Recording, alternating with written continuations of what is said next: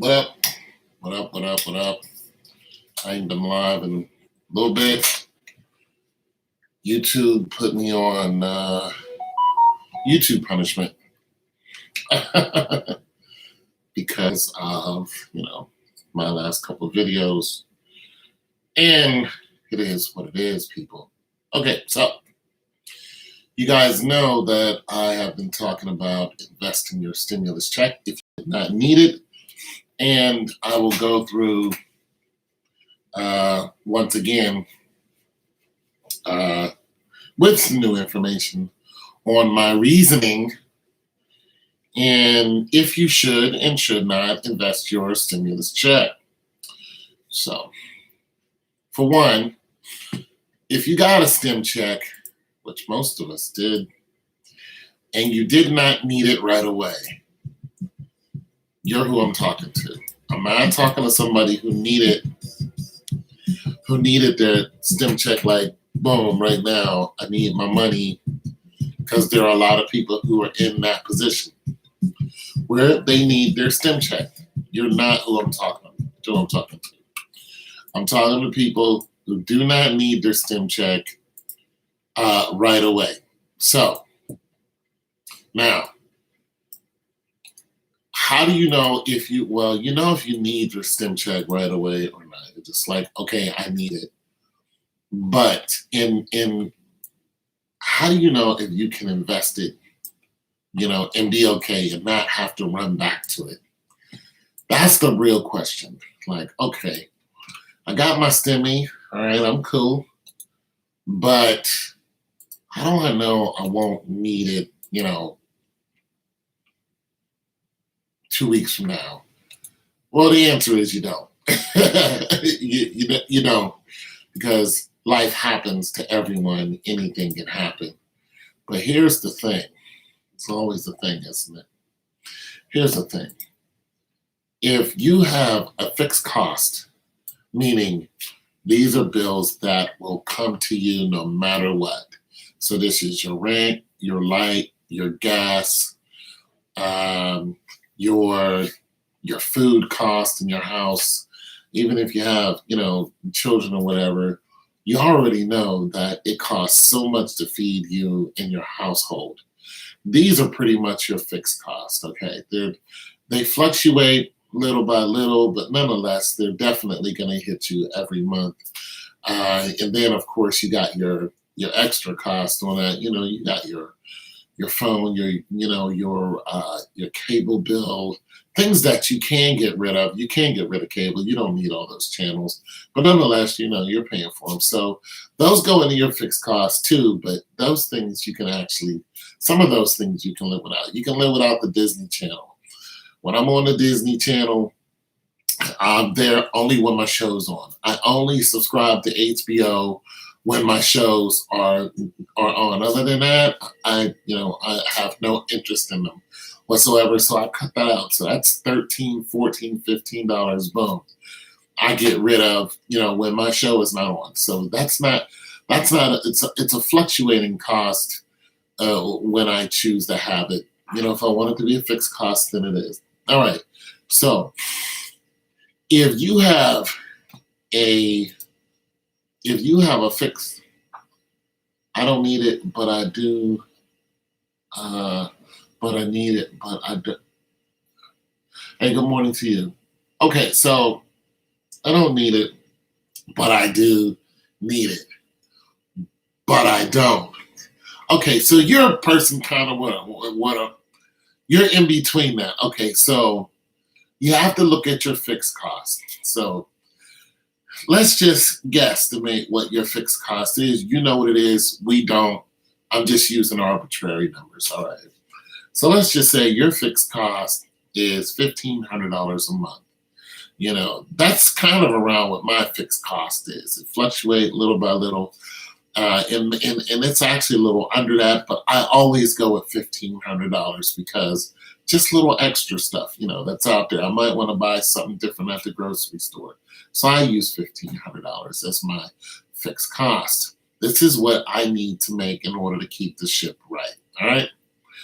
So if you have I use the number of 3 times your fixed cost.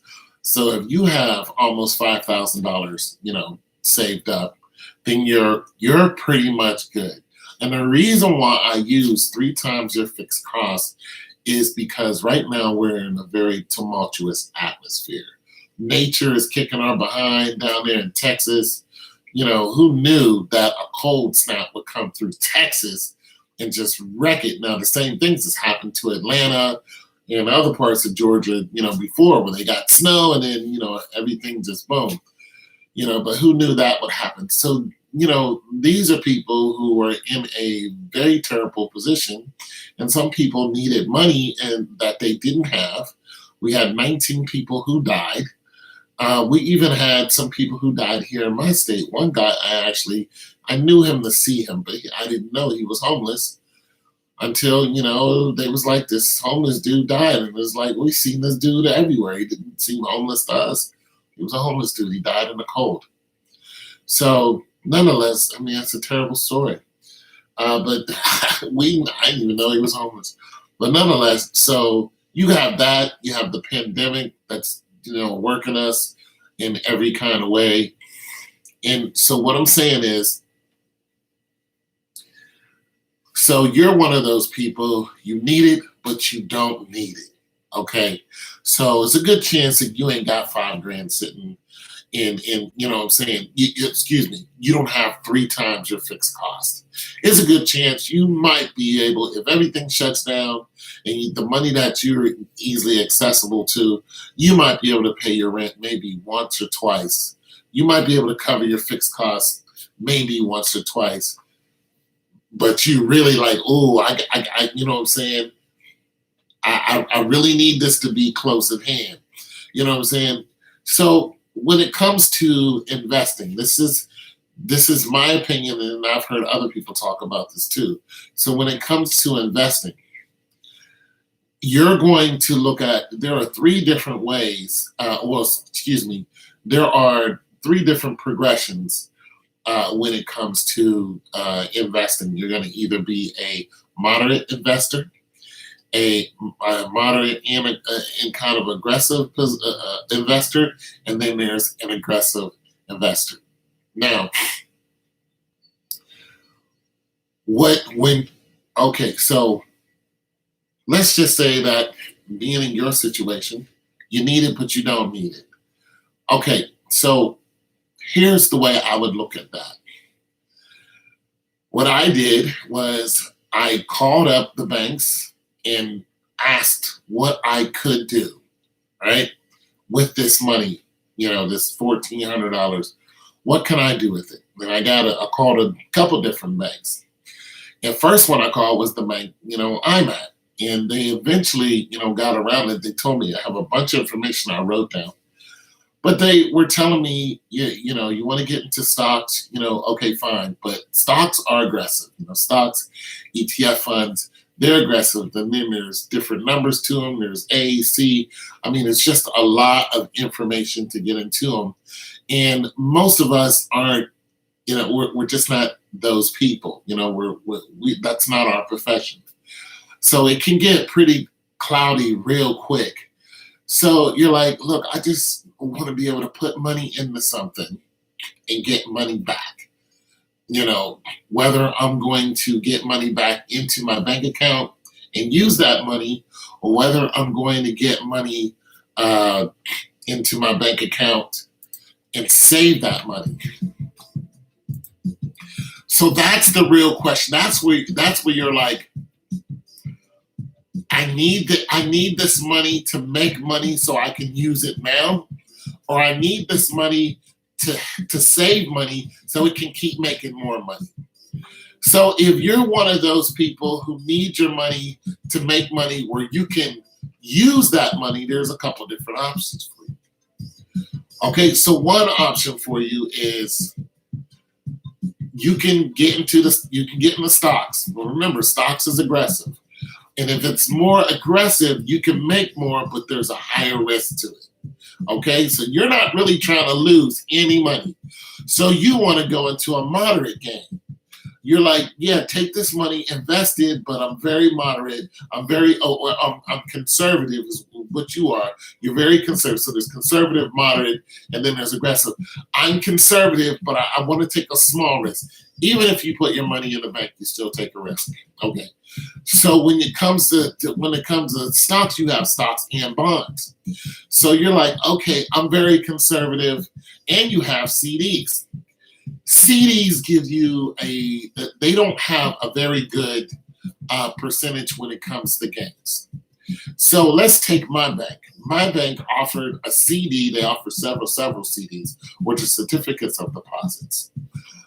Their CDs, their highest rate was 0.04%, meaning if you put $1,000 into that CD, you were only going to get $40 at the end of a year. But they said you have to put for one, there's an amount that you have to put in there that's usually in between $500 to sometimes up to $1,000, and it depends on how long it is and the higher percent. So if it's a higher percent of 4%, they want you to at least put in $500. If it's 3%, 2%, they say you can start at $1. You know what I'm saying? But if it's a higher percent, their best rate, they're like, put in $500. So if you put in, $1,000, you're going to be looking at $40 at the end of that year. You put in $1,400. I forgot what it was, but I had figured it out before. But over the term of the CD term, which is 47 months, which is 1 month of 4 years, if you put your $1,400 in there, you would make something like $240, somewhere around there. Now, if you don't need your money, you know what I'm saying, and you wanted to put it into a CD that the rate is not going to change within the next 4 years, this is not a bad idea.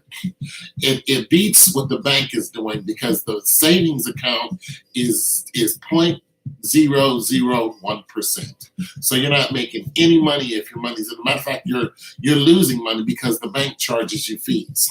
All right. So you're actually losing money if your money is just sitting in the bank and doing nothing, in a savings account and doing nothing. You're losing money because when you use your card at a different place, the bank charges you for that. Okay, so you're losing money, right? So in your case, a CD is not the route that you want to go because you cannot go back in there and take that money out without incurring a penalty. And it's in there for 4 years. So you're like, no, I don't want to do that. Now you have other CDs from other banks where the CD rate is 6 and 7%, 0.55%. You're just like, yeah, let me jump on that CD. The thing about those CD rates is they change a lot. They change a lot. And they could be for a shorter term. It could be for 9 months. So you're like, yeah, let me grab a hold of that. But it might be at a bank that you never heard of. You might not want to take that chance. You're like, I never heard of this bank. The one bank I called was called Ponds Bank. I called them, and a young lady answered, and I finished my discussion. I called back, and the same lady answered, and I decided I didn't want to give them $1,000. But the rate was at 0.7% for a year. I was like, no, I don't want to do this. This doesn't sound right to me. So this is not the route that you want to go. When it comes to stocks is the most aggressive. CD is pretty much the most safe and passive. So you might want to split your money up and say, I'm going to put $700 into a CD and just let it sit there for 5 years and let it do whatever. And then I'm going to take $700 and I'm going to put it in something like Acorn, the app, or Robinhood, or Cash App, or something like that, and put it into a aggressive stock. You know what I'm saying? And see what it does. See what you can do with it. So you might want to do that, but nonetheless, and if you did something with stocks, you have to understand that you could gain more money faster, but nonetheless, it's still more of a risk. So you might want to go moderate with your bonds. So with your stocks and bonds. So you might want to have a moderate account. So let's just say you open an account with Acorn. You're like, I want a moderate account. You can go ahead and do that and put $500 into a moderate account, and they're going to buy bonds and they're going to buy stocks. You know what I'm saying? Things along that line. Of course, there's also mutual funds. There's also IRAs. So when it comes to IRA, it depends on how old you are. In my case, I went ahead and opened an IRA. The IRA I got was a Roth IRA, which means you pay taxes when you put money into it. The other, a normal IRA, you pay taxes, I think, when you get money out of it. Nonetheless, I went ahead with a Roth IRA, and I said, I'm just going to throw $240 in a Roth IRA. And whatever that's going to do, it's going to do. But you have to understand, I can't touch that $240 until I'm 59 years old. Well, I'm 53 years old, so that's 5 years from me. So I'm just leaving in. You understand what I'm saying? So I'm just leaving it in there for 5 years, and it's going to accumulate whatever it's going to accumulate, and I'm going to feed it every now and then, maybe $100 every now and then. And I'm going to feed it, and it's going to give me a savings for 5 years, and that savings is going to go up. Also, like I said, you might want to split your money up and say, I'm going to keep $500 of it. I don't need it, but I need it. But I'm going to keep $500 or $400 of it, and I'm going to take $1,000 of it, and I'm going to, get a Robinhood app or get an Acorn app or something like that, and put it into a moderate fund. Now, I'm going to show you what I did. Because even though I don't need it, anybody can have a rainy day. Anyone. But you don't know when that day is coming. And there are situations where you can take your money and put it into something that you can't get your money back, like an IRA. And you can't just go in there and grab your money when you want to. That money has to stay there for a lot of the time. So you don't want to play that game if you're just like, you don't want to play that game. But the stocks, more aggressive, you're taking a chance there. But bonds is basically where you want to go. Now, the way I did it was, I'm going to open my account here on my Acorn, the Acorn app. And so Acorn. And I'm going to log in.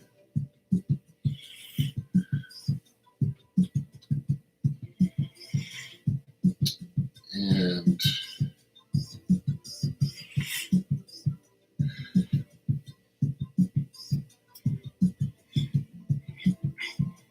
log into my Acorn. And I'm going to show you I just took a couple dollars because I was trying to figure it out. You're skeptical, but it's like, okay. So the first thing what I did was I didn't use my regular bank account. I put that money into a different bank account. Why did you load like that? I put my money into a different bank account. Now, what I did was I went when I talked to a banker at my bank. I didn't talk to just a teller. I didn't talk to just the operator. I talked to somebody who actually deals with stocks, bonds, and knows their stuff when it comes to this. And they were like, if you're trying to get into mutual funds, you need to look on the internet and find out who has the best ratings, who's getting the more bang for the dollar when it comes to mutual funds. And one of them, I looked at Morgan Stanley Chase. So I was like, wait a minute, there's a Chase Bank around here. So I went and found out that there's a Chase Bank right next door. The Chase Bank is almost literally right next door to the other bank where I'm at, US Bank. So I said, okay. So I took my stimulus check, put it into a Chase Bank. Now, Chase, they have this thing going on. If you put your money into a checking account and you have a direct deposit, they'll give you $200. You know what I'm saying? So not only did I, put my money in there and open an account, but I got a couple extra $100 out of it. And I was like, okay, Chase Bank, let's go. You know what I mean? So here's my Acorn app. All right. There's my Acorn app right there. Boom. Now, what I did was, as you can see, I put $45. I don't know if you can see that or not. Yeah, I put $45 into it. Now, when I opened up my other account, hold on, let me wipe this off a little bit. Okay, maybe that can focus a little better. I don't know. So what I did was I opened up a whole nother account to play with in a whole nother bank. I didn't want to deal with my main bank in that account. I didn't want to touch that while I'm trying to figure this whole thing out, right? So what I did was I opened up another account and I went ahead and said, I'm going to do all my investing off of this Chase Bank account. Anything I'm going to do off of there. So I gave them my whole stimulus check. Boom. Plus I got some money because I opened a checking account. Boom. And then I took the information that I got from my bank and I called their bankers. I didn't talk to their tellers about this information. I talked to their actual bankers. So I had to go through a couple people. And you got to understand, some people deal with people on $100,000, $250,000. So a lot of times when you're talking to a person, they're trying to find out how much money that you have.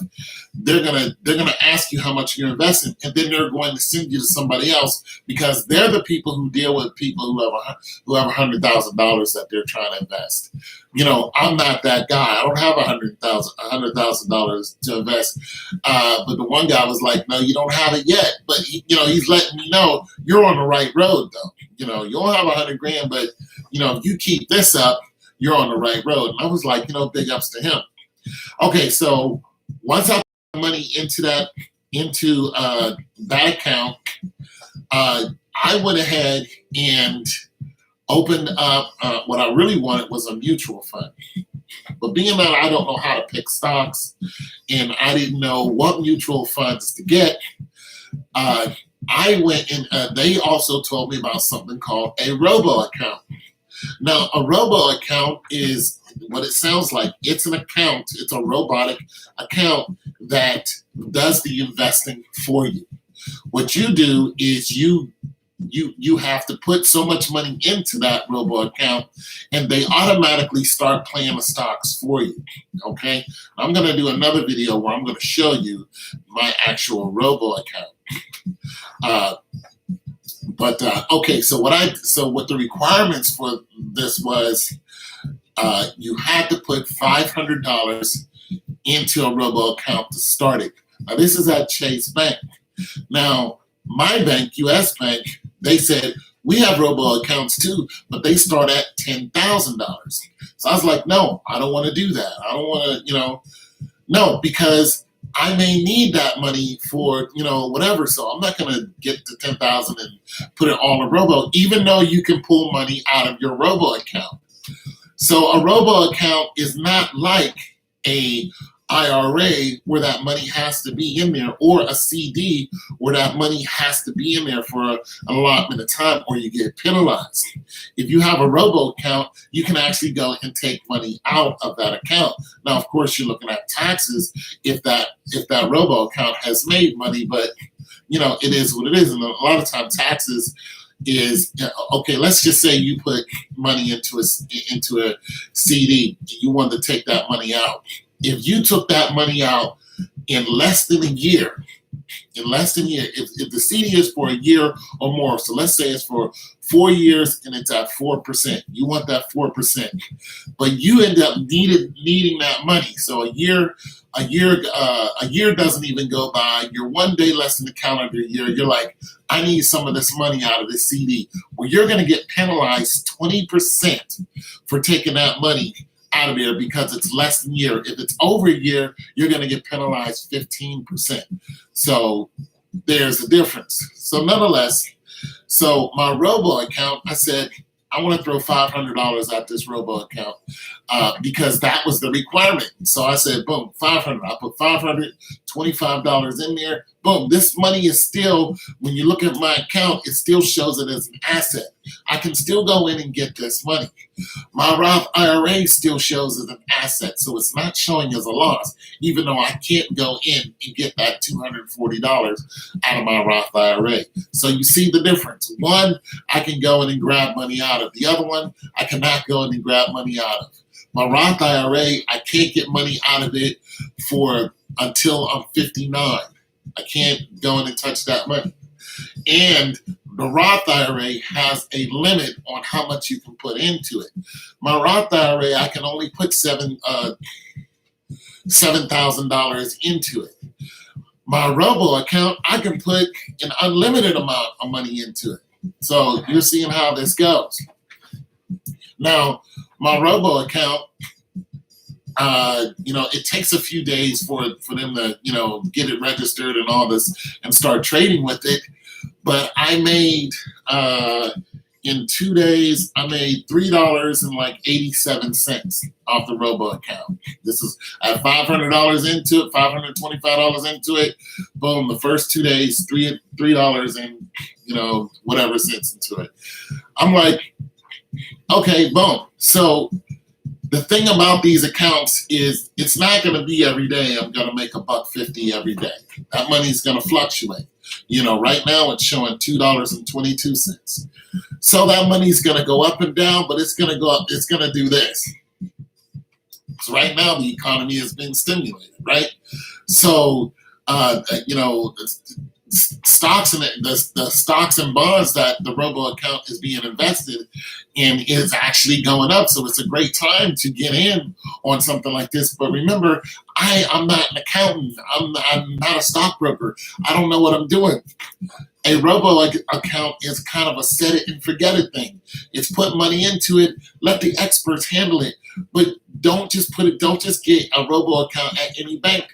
Find out what bank is doing the best in mutual funds, and then open a Robo account with them, especially if it's for only $500. And once again, I'm not talking to somebody who needs that $500. I'm talking to somebody who has $500 into their savings that they're not using, who has a stimulus check they just got, and they don't want to spend it immediately.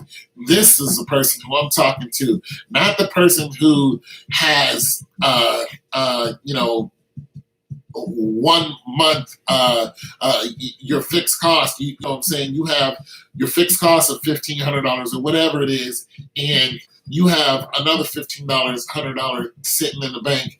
You're not who I'm talking to, because I believe that you should at least have 2 or 3 times your fixed cost before you can put all of your money into something you might not be able to get a hold of, but or you might not want to get a hold of right away. And there's, aggressive, passive, in between that. So you got to understand, depending on who you are and how much money that you have, you can probably still take some of your stimulus check and put it into an account and let that account start accumulating funds, and you can get an understanding of what it's doing little by little, and then you start feeding it. My Acorn account, I only put $45 into it. It's made 50 cents. You know what I'm saying? Within 1 day, okay, it's made 50 cents. I'm like, okay, cool. So I grabbed another $100 and I said, here, take this $100 Acorn account. Go ahead and do the same thing. You see what I mean? I can still get a hold of that $145.50 because, I still have access to it. I'll get taxed if I take money out of it, but I have access to it. And I have a drip, or what they call a sweep. My checking account with Chase, my Acorn account is hooked into my checking account, so it can pull out $20 a month. So Acorn gives you a projection of, if you pull out a certain amount of money a month and you invest for so long, this is the projection you should make. I'm hoping it shows this. Hold on a second. Hold on a second, guys.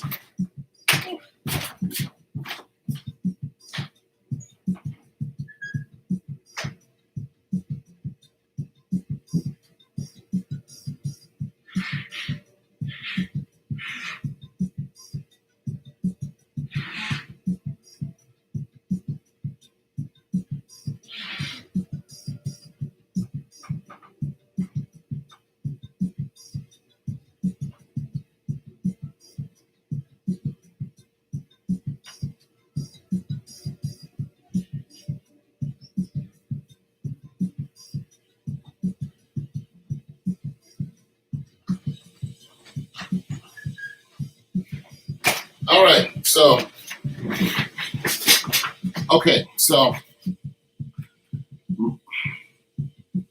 on my Acorn, I'll get back to the Robo account in a minute.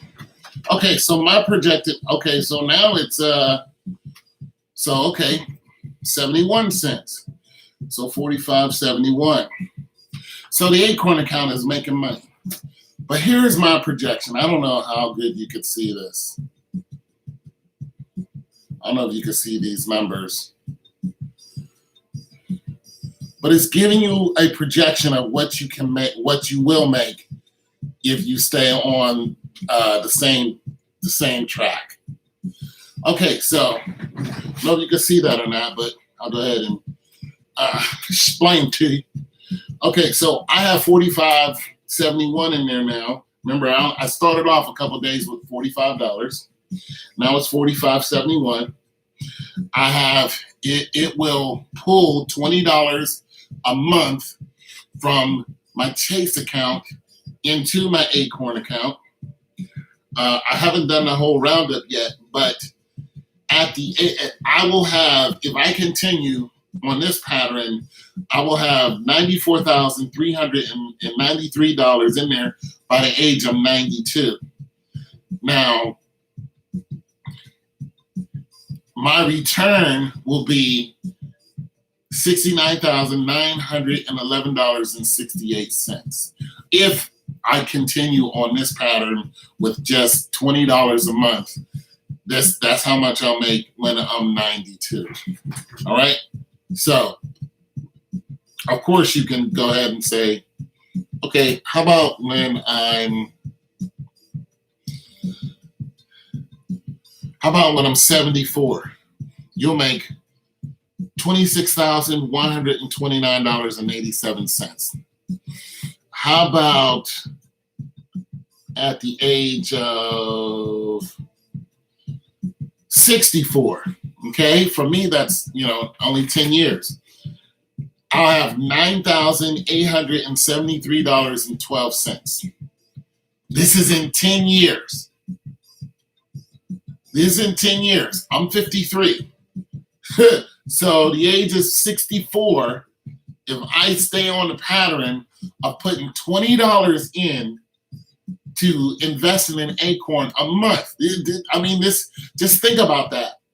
I'm going to come out with almost $10,000 within the next 10 years. You can't tell me that that's a bad deal. You're saving. Listen, most of us have had a savings account at the same bank for over 10 years. What has your savings account got you?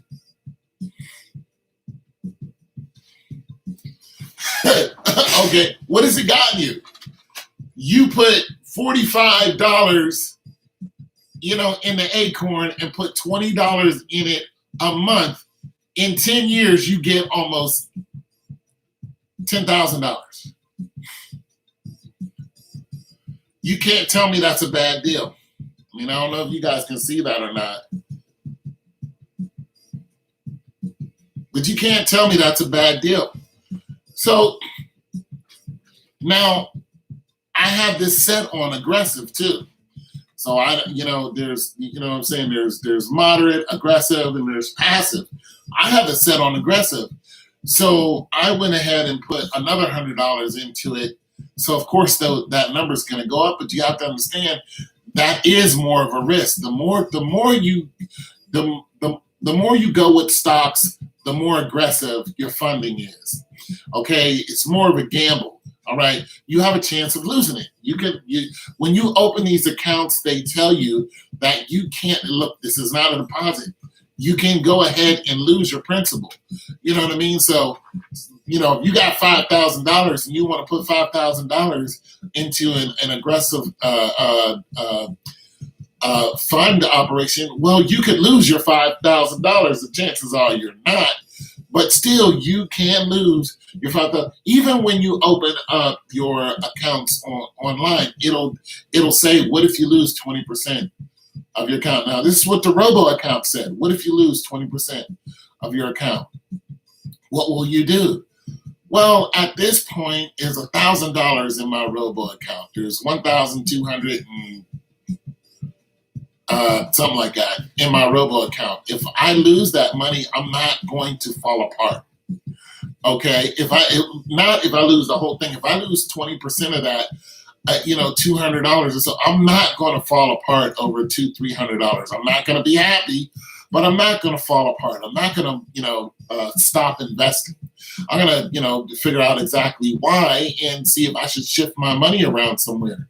But like I said, if you guys need that money, you do not have a rainy day fund, then you might not want to put, all your stimulus check into it. But if your stimulus check is sitting around your house and you're just looking at that money and you're counting that money, you're going like this, oh, I have this, my money's not doing nothing, or you put that money into a savings account and you're just looking at your savings account, you're going, yeah, now I have, 3,500 in there or whatever, and that money is not doing anything. Well, then take $500 and throw it into a robo account. Depends on who your bank, what your bank says, because some banks are going to say, well, $500 is not going to open a robo account. I'm telling you that Chase Bank will allow you to open a robo account with $500. So I'm just letting you know that right now. They'll be like, hey, come on. And they're doing good when it comes to mutual funds. Chase Bank, Morgan Stanley, these guys are doing good when it comes to mutual funds. So if you got $3,500 in the bank and, take $500 and put it into, Chase Bank and then go ahead and open a robo account. And that money it's not going anywhere. You know what I'm saying? But now it's making money. You know what I'm saying? Now your soldiers are out there bringing more soldiers back to your army. So your army is getting bigger, and that just helps you out. That's what you want to do. Your savings account is not, matter of fact, your savings account is costing you money. Your savings account is not making you money at all. I promise you your savings account isn't. Most CDs out there are not making you a lot of money at all. I promise they're not. So if you want to start making money and your money to make money, you're going to have to take some type of conservative at first. Take a conservative chance, put it into a robo account, because you don't know how to invest in stocks. Trying to find the right stock is very hard to do. And if you just don't know how to do it, or you don't have the time to do it, let somebody else do it for you. Now, of course, there's fees that go with that, and everybody's afraid of fees. But nonetheless, when you start looking at the fees and looking at the gains, you're just like, I'm going to go ahead and try it anyway. And another thing, when you get your dividends on a robo account, it stays inside the robo account. It does not get paid out to you in like a check or anything like that. Now, you can get stocks where, depending on what the company is, where the company pays you out dividends. And there's a lot of people who live off of dividends. But you got to understand, the company that pays you out dividends, for one, doesn't have to. So those dividends can stop at any time for any reason. They just don't have to pay you out a dividend. But nonetheless, there are a lot of companies that will pay you out a dividend, and you might not want to go with the highest dividend and say, "Hey, this company is paying out the highest dividend. I'm gonna go with that," because that company might be in trouble for one reason or another. You know what I'm saying? Then you might have a company pays it out for only a short time, and then here we go again. Most of your tech companies are not going to pay you out a dividend. Most of your tech companies, most of your startup companies are not going to pay you out a dividend. So you don't go after those companies because they're taking all that money and they're putting right back into the company, and then they're trying to grow the company. So you're not going to get dividends off of them. But nonetheless, you could get, if of course they're on the market, they're public, you might want to go ahead and, okay,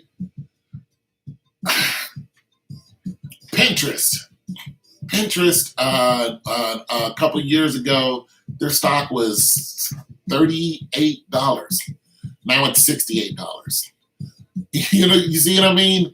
So, that company is growing. I mean, if you would have got in when it was $38 and stayed there, and then and stayed, and now it's $68, you'd have more money, basically is what I'm saying.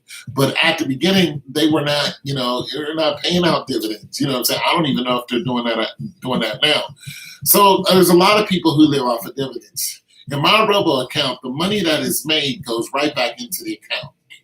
It doesn't come to me. I don't live off of it. So you got to understand that if you're a person who's trying to live off of dividends, for one, you have to buy a lot of stock in order to, okay, let me clarify that. In order to live off of it, in order to pay your rent, and things along that line, you would have to buy a lot of stock from, one company or different companies that pay dividends, so you can pretty much live off the stock market. This is how a lot of people live. That's whenever the stock market goes up and down, you find a lot of people that are in trouble because this is how they pay their rent. This is how they pay their mortgage and things along that line. A lot of this is why Bernie Madoff hurt a lot of people, and he's passed away now, because of the market. A lot of people were putting their money into Bernie Madoff, who was supposed to be playing the market, but he was never playing the market. He was just paying you off of money that other people were paying him. The Ponzi scheme, or a confidence man is what they called it back in the day.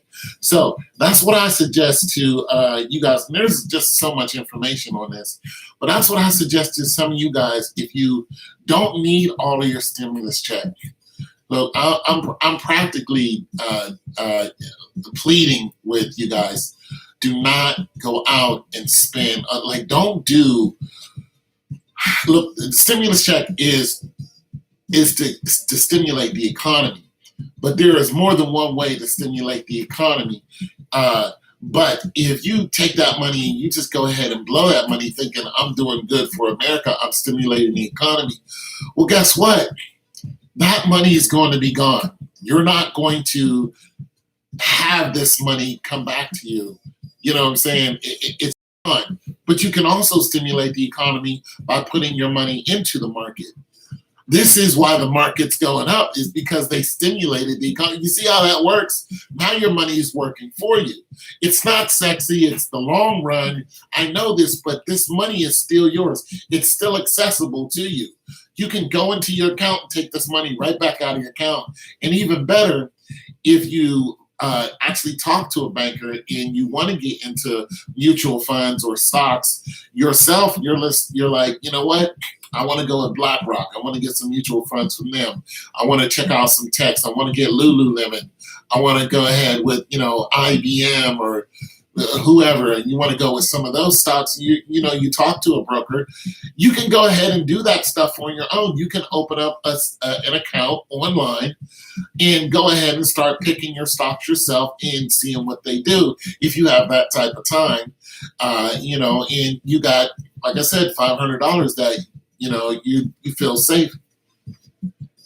Yeah, I was on YouTube punishment. Yeah, I was on YouTube punishment because of that last video I did about, because of the last video. Let me say that. I don't even want to deal with it anymore because, they're coming at me. So yeah, so take your money and invest it. Now, like I said, I have 3 accounts with with Chase Bank. So I have my regular checking account, which I do not intend to pull checks from at all. It's just money. It's my stimulus check I wanted to play with, but I didn't want to put it on my U.S. account. I didn't want to play with that money. I wanted to take money that I did not earn and say, what can I do with it? So for you guys, once again, it starts off with a phone call. Call a banker because the internet is going to give you a lot of information and it's going to be kind of convoluted. It's going to be too much. There is a huge learning curve when it comes to learning about all of what stocks and bonds and yada, yada, yada. But there is some very basic information that you can get from talking to an actual banker. And the information that they're going to tell you is going to be straightforward. I wrote a lot of it down. And then I went ahead and acted off of what I was told. And I called them I kept calling them. I didn't just have one conversation with one bank. I called another bank, and talked to them. And I still have some more questions for them, but I had questions after questions after questions. And that's the same thing that you should do. And then just take a little bit of money and just try it out and just see what happens, see if you can get a return. And I've already gotten a return on both my investments. So if a guy who doesn't know anything about the stock market went out there and now I'm making money off of it, I'm not making a lot of money off it, you guys, but I'm excited enough to put $1,000 into one operation, to a robo account, just to see what it does. First, I put $525 in it, and I said, okay, I see where I can make some money. And then I start calculating a projected outcome for the year. And I'm like, well, shoot, this beats my savings account by, phenomenally. It just kills my savings account. And it's beating every CD out there. Okay, so let me explain another thing to you. The S&P 500. All right. So the S&P, okay, there's the S&P 500. There's the S&P 100. There's the Dow 30. You just tried to send you a donation, but wouldn't go through. Really? Invest in Bitcoin and Ethereum? Yes. It's a no-brainer. And you know what? That was my next angle because I haven't yet. But these another thing, you guys, once you start looking into this information, of course, Google's tracking you. They start sending you all kind of commercials and apps and stuff like that on what to invest in. So I can't believe I couldn't get a donation. But thank you anyway. Okay, so yeah, Bitcoin, and I haven't invested in Bitcoin yet, but that's the next thing I'm going to look into. Almost brain dead. I could have been brain dead. You could have been brain dead. So Bitcoin is something else I'm looking into. And there are all different types of Bitcoin. The one thing, so I started thinking about Bitcoin probably over a year ago. And when I started thinking about Bitcoin, for one, in order to mine Bitcoin, you had to have your computer, do all this, all kind of, and the reason why I looked into it a year ago is because I was trying to get some information off of one of my old computers. I have some really, really old computers. I got 3 of them sitting in there. And so in order to mine Bitcoin, it's just, it's something else in order just to mine it. 15 times return in less than 3. Yeah, but okay, so is there another way I can send it? You could probably through PayPal or something like that. Or you can, you know what? I'll put my Cash App in here. Yeah, you can send me. I want to get with you on that Bitcoin, Omar. So hold on. I'm just, yeah, hold on, Omar, because you're the type of, you're what I knew when I started talking about this that I was going to attract people who knew more than I did. And that's the beautiful thing about this community.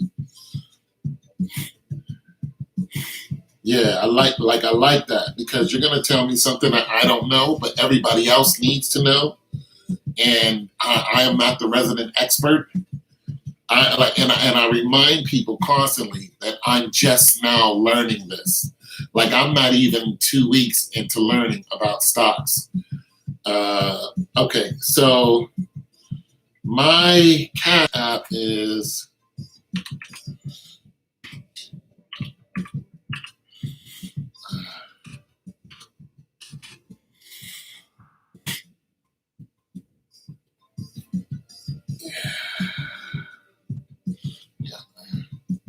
Yeah, so I'm not even 2 weeks into this, and I'm enjoying it. But I've been telling people, I've been like, listen, guys, this is what I'm gonna do with my. Where's the damn dollar sign at? What number is a freaking dollar sign already? 4. Okay. Tone 2022. All right. So, yeah. Don't mind it. Pick up silly jobs and demand payment in crypto. Really? Wow. Wow. I didn't know you could do that. Huh. Now, see, now I didn't know you could do that whatsoever. But when I started looking at cryptocurrency, I was looking at how people were mining it, and I was just like, okay, I don't know if I know how to mine it. And also recently, a guy had went to his old computer and pulled out his old drive, and I have several drives. Pulled out his old drive.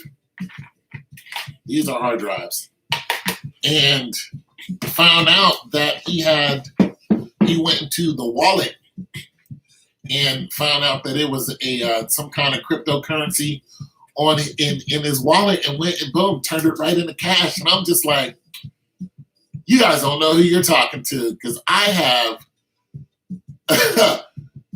a 2006 down here, and you want to see one of my old computers? You want to see one of my old computers? I'll pull one out for you. It felt like a trash can I had, and then suddenly these things start rising. Yeah, so cryptocurrency is something I'm definitely in. Yeah, there's some stuff. Yeah, and cryptocurrency is something I'm interested in. I'm interested in anything that can get me, you know what I'm saying, get me money, especially passively. Yeah, I did some silly work, and they forced me to take crypto. I thought it sucked. I thought I did something. They put you on. That was putting you on, and you ain't even know it. They was putting you on, and there are a lot of different cryptocurrencies out there. Bitcoin is the one that's really holding it down right now, but there are a lot of cryptocurrencies out there. If you want to buy stocks, buy the coin stocks from Coinbase. Yeah, I heard of Coinbase too. See, I'm gonna tell you guys, when somebody knows something that you don't, you see this here? Don't be too proud. Get some of this, and write down what they said, because I'm making money simply off of listening to people who just knew what I did not know. And some of you guys have been with me for a minute, so you know how I started making money. And if you want to hear that story, I'll tell you how. Uh, Coinbase, right?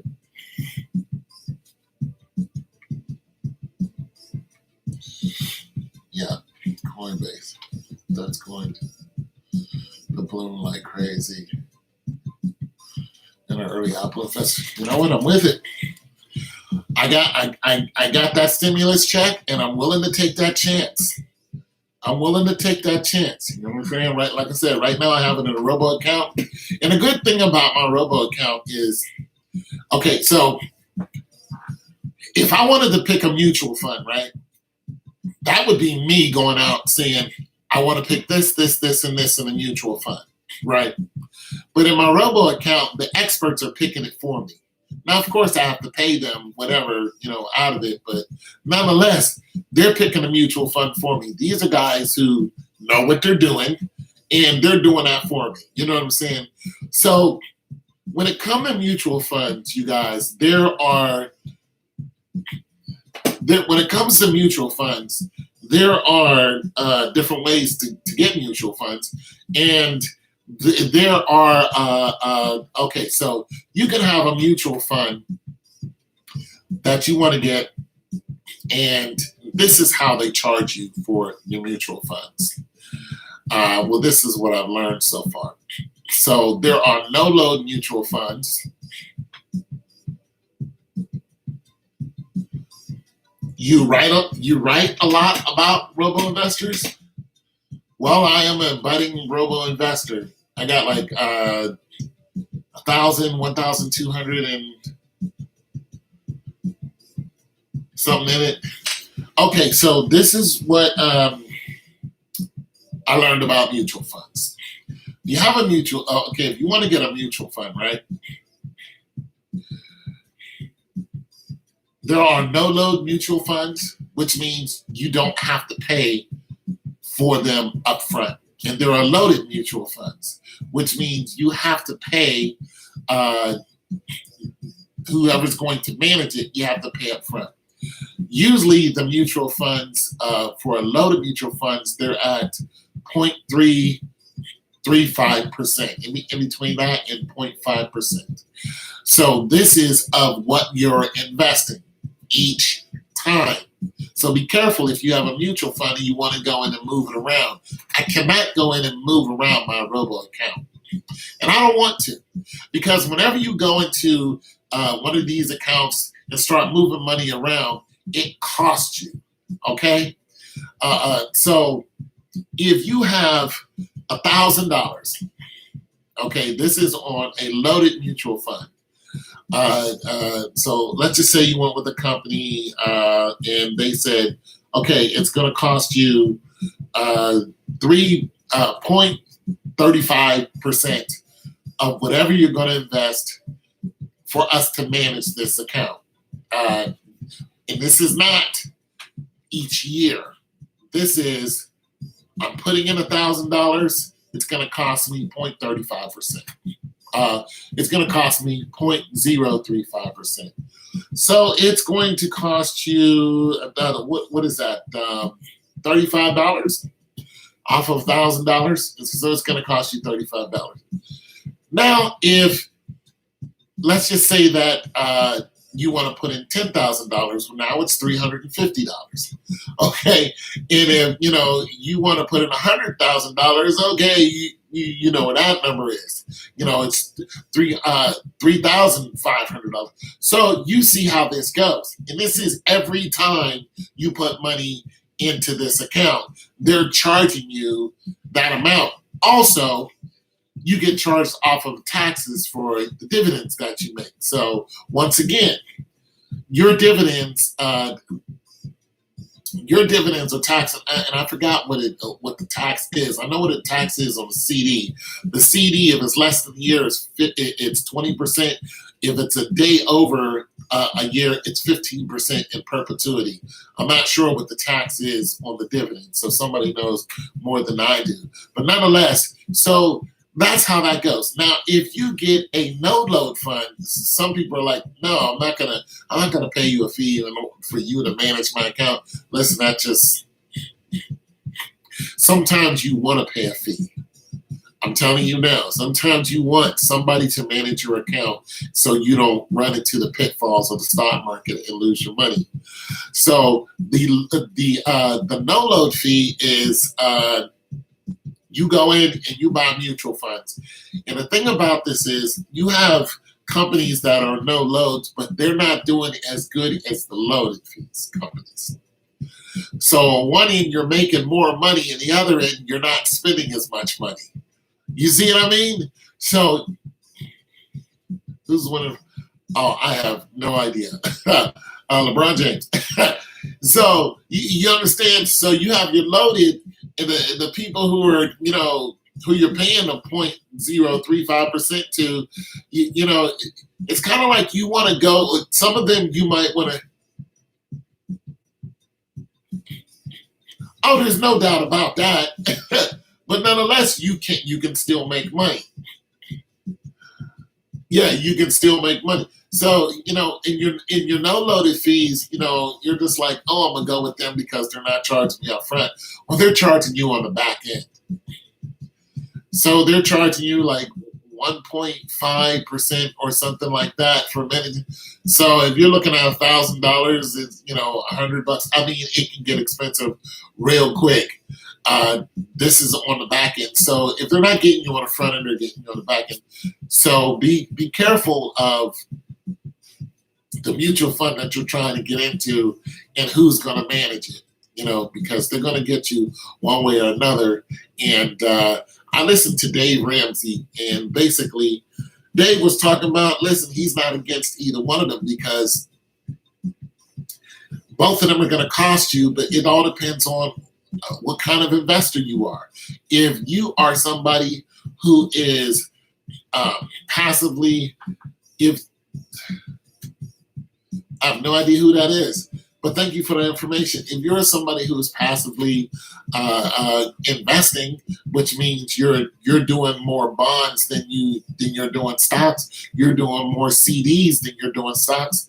Well, then, in the mutual funds that you're getting into, you got to look at that and go, okay, do I want to pay the upfront fee and then just let them go ahead and do what they're going to do? Or am I going to go in there and move a bunch of money around and try to get the best stock that I can? If you're going to move a bunch of money around, you don't want to be charged every time you go in there and move some money around. And that's what you're looking at when you're looking at, a front-loaded fee. You move some money, you get charged. You move some money, you get charged. So it all depends on. Oh, okay. Oh, LaMarcus Aldridge. Oh, okay. So okay. So, it all depends on what kind of investor you are. Me, on my Acorn account, I'm an aggressive investor. But I'm only going to have a couple $100 on there at first. You know what I'm saying? Because I know that I could lose that money. I could lose the whole principal. But I'm willing to take that gamble on, on that amount of money. You know what I'm saying? On my Chase account, I'm more conservative. I'm actually moderate. So there's conservative, moderate, and aggressive. I'm actually moderate when it comes to my Chase account. I know I can still lose 20% of my principal, but nonetheless, I'm still willing to take somewhat of a chance. And I'm willing to let them go ahead and, the smart people go ahead and do the investing. And so I am going to open another account on my Chase account because I still have $500 on there that's just sitting there in my checking account that I have $590 that's just sitting there, and I don't want that money to sit there. So I was thinking about just putting that into the Robo account because eventually I want my Robo account to hit $5,000. Eventually. But I'm still trying to see, the best bang for the buck. Now, if I can get into Bitcoin, and Bitcoin is, give me what I need, I'm going to do that. So this is why I'm telling you guys, what I did with my stimulus check. I'm trying different avenues of making money on the market.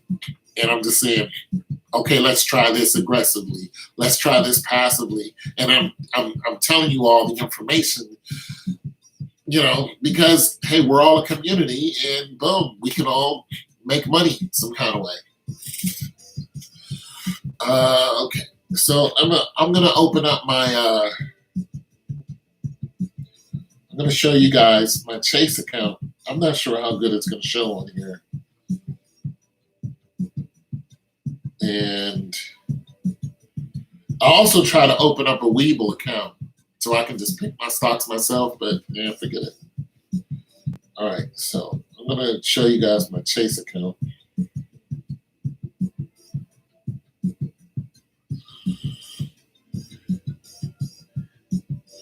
And get yourself saved. The Lord loves you. Jesus loves you, man. Get yourself saved.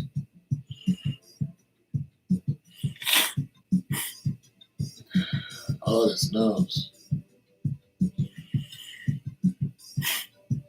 And once again, I went with Chase because my U.S. banker was like, Morgan Stanley, Chase, those guys have the best mutual funds right now.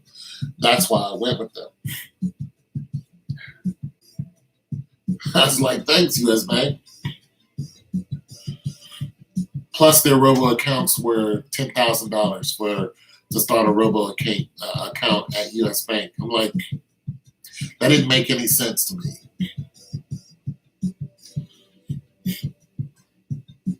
You don't have the best rates, and you're way too much money for me to test the market in. Even though you can pull your money out of there at will, it's still, you still get taxed. Feel me? All right.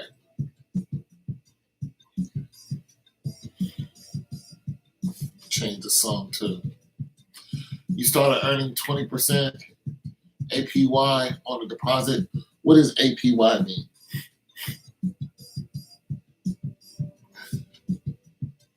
I'm gonna change the song too. What does APY mean? Educate me, my brother. Educate me. Educate me. I like it. I love some education, brother. All right, so this on my computer spinning. All right. So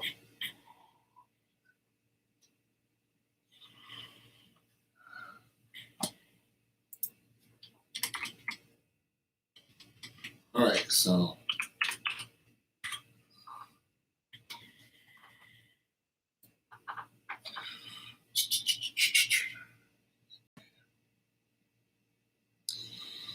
all right. So open up my Chase account.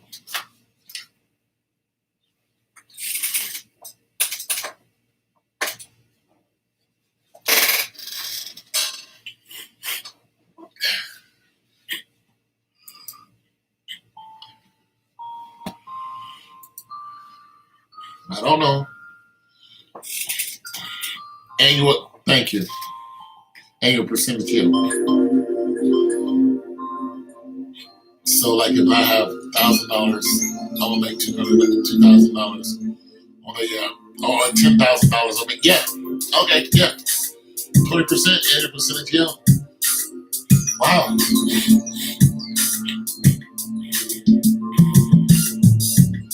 European Union digital ID.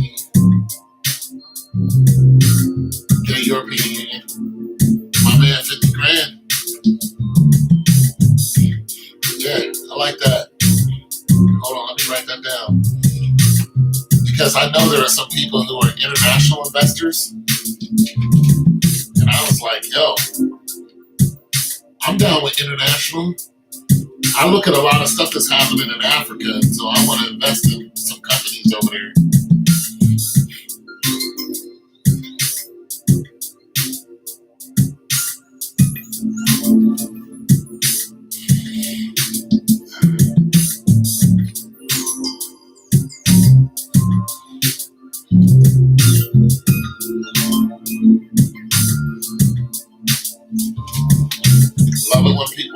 than me.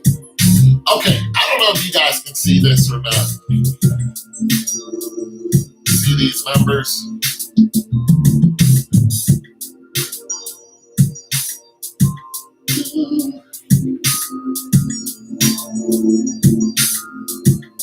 All right. I don't know if you guys can see these numbers at all, but this is my Chase account. All right? Not a whole bunch of money in it. So initially I put, I rolled up with $1,400. I ended up getting $1,900 out of it. I was like, okay, well, thank you. Let's roll with that. And so I invested 45 in the Acorn. I'm already seeing returns with that. And I went ahead and opened another investment account. I went and opened 2 investment accounts. One of them was my Robo account, which I now have, which I put $525 into originally. Then this morning I went ahead and put another $500 into. Now it's at $1,267.42. So it's making a few dollars. And then my Roth IRA isn't doing anything, but I have $214 in there. So these accounts are starting to make money, in other words, and I still have access to them. So there was somebody who was on for Zulu Nation or Zulu Nation family. I don't know if you're still here. I would go with a Robo account if I were you. I would put $500 in the Morgan Stanley Chase, get a Chase account. It's not hard to open up. I did go there and of course, give my money to them. But you can also transfer money to an account also. So you can open up an account online. Ain't that the crazy? You can open up an account online and then transfer your money to them from one account to another. The only thing about that is, the bank that you're transferring from is probably going to, charge you some kind of way. Or you can just go down to the bank and then give it, so on and so forth. So there's a couple different ways you guys can do that. And I'm going to go ahead and log out now. But yeah, so there's that.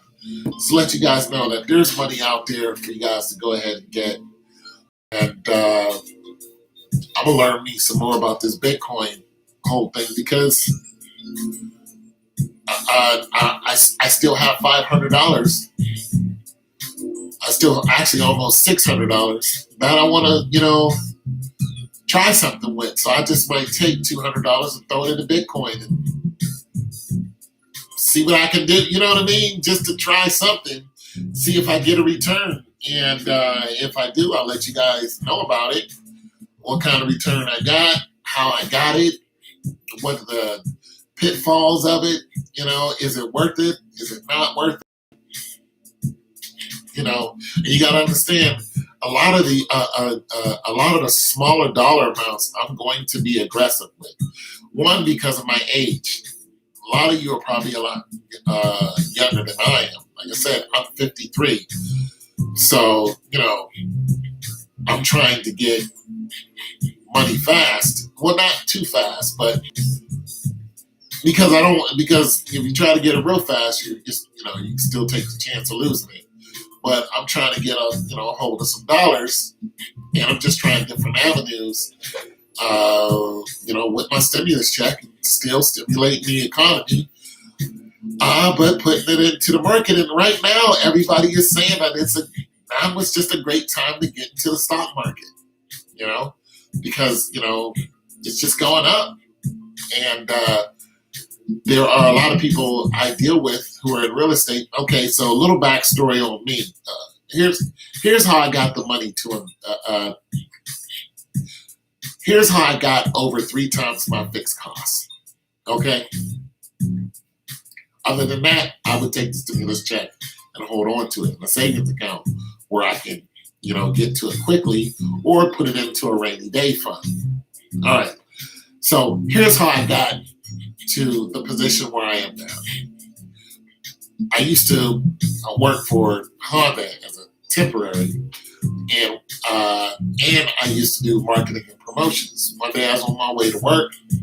Guy crosses right in my lane, hits the brake, slide right into him, boom. My back goes out. I can no longer work those jobs. For a year and a half, I basically was struggling just to, pay my rent, whatever. I had filed for disability. Boom, finally after being denied twice, I got on disability. That money ran out. In the apartment complex that I live in, they're doing a lot of remodeling. So they started throwing away the refrigerators, the stoves, and the dishwashers, and the cabinets. And I would look outside, and I still do this. It's a habit now. As a matter of fact, I walk up and down the street. And they know what I'm doing. I'm walking up and down the street looking for appliances and other things that people throw away so I could sell it on Facebook and other markets. So basically, that's what I did. I got the refrigerators. I'd take them out back to my porch. I'd clean them up. I would post them on an app, and then people would come and buy them. Eventually, they told me I had to stop putting refrigerators back there. So I went and got a small storage unit. I started running into people who would sell refrigerators, do remodeling, and landlords needed refrigerators, millionaires, yada, yada, yada. Once I started running into these people, I needed a bigger storage unit. Now I have a whole storage unit full of appliances. And that's how I made the money to, I made well over 3 times my fixed cost, and I just kept saving it. I wouldn't spend it. I didn't move because I started making more money, but I did buy another truck because I needed 2 trucks. And I also have a trailer, so I could load fridges on there and yada, yada, yada. And I still walk up and down the street. I pick up pennies, pick up dimes. I take them and,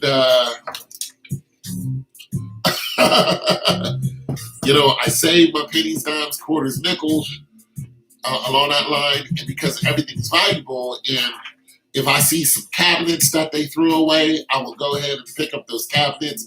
If those cabinets don't have bugs in them, those kitchen cabinets, I've sold them. They're worth $100. And so I'll just go out, and when I see just a pile of stuff that they're bringing out of these apartments because they're remodeling, the first thing I do is I look for bugs. If it has a roach there, I will not take it.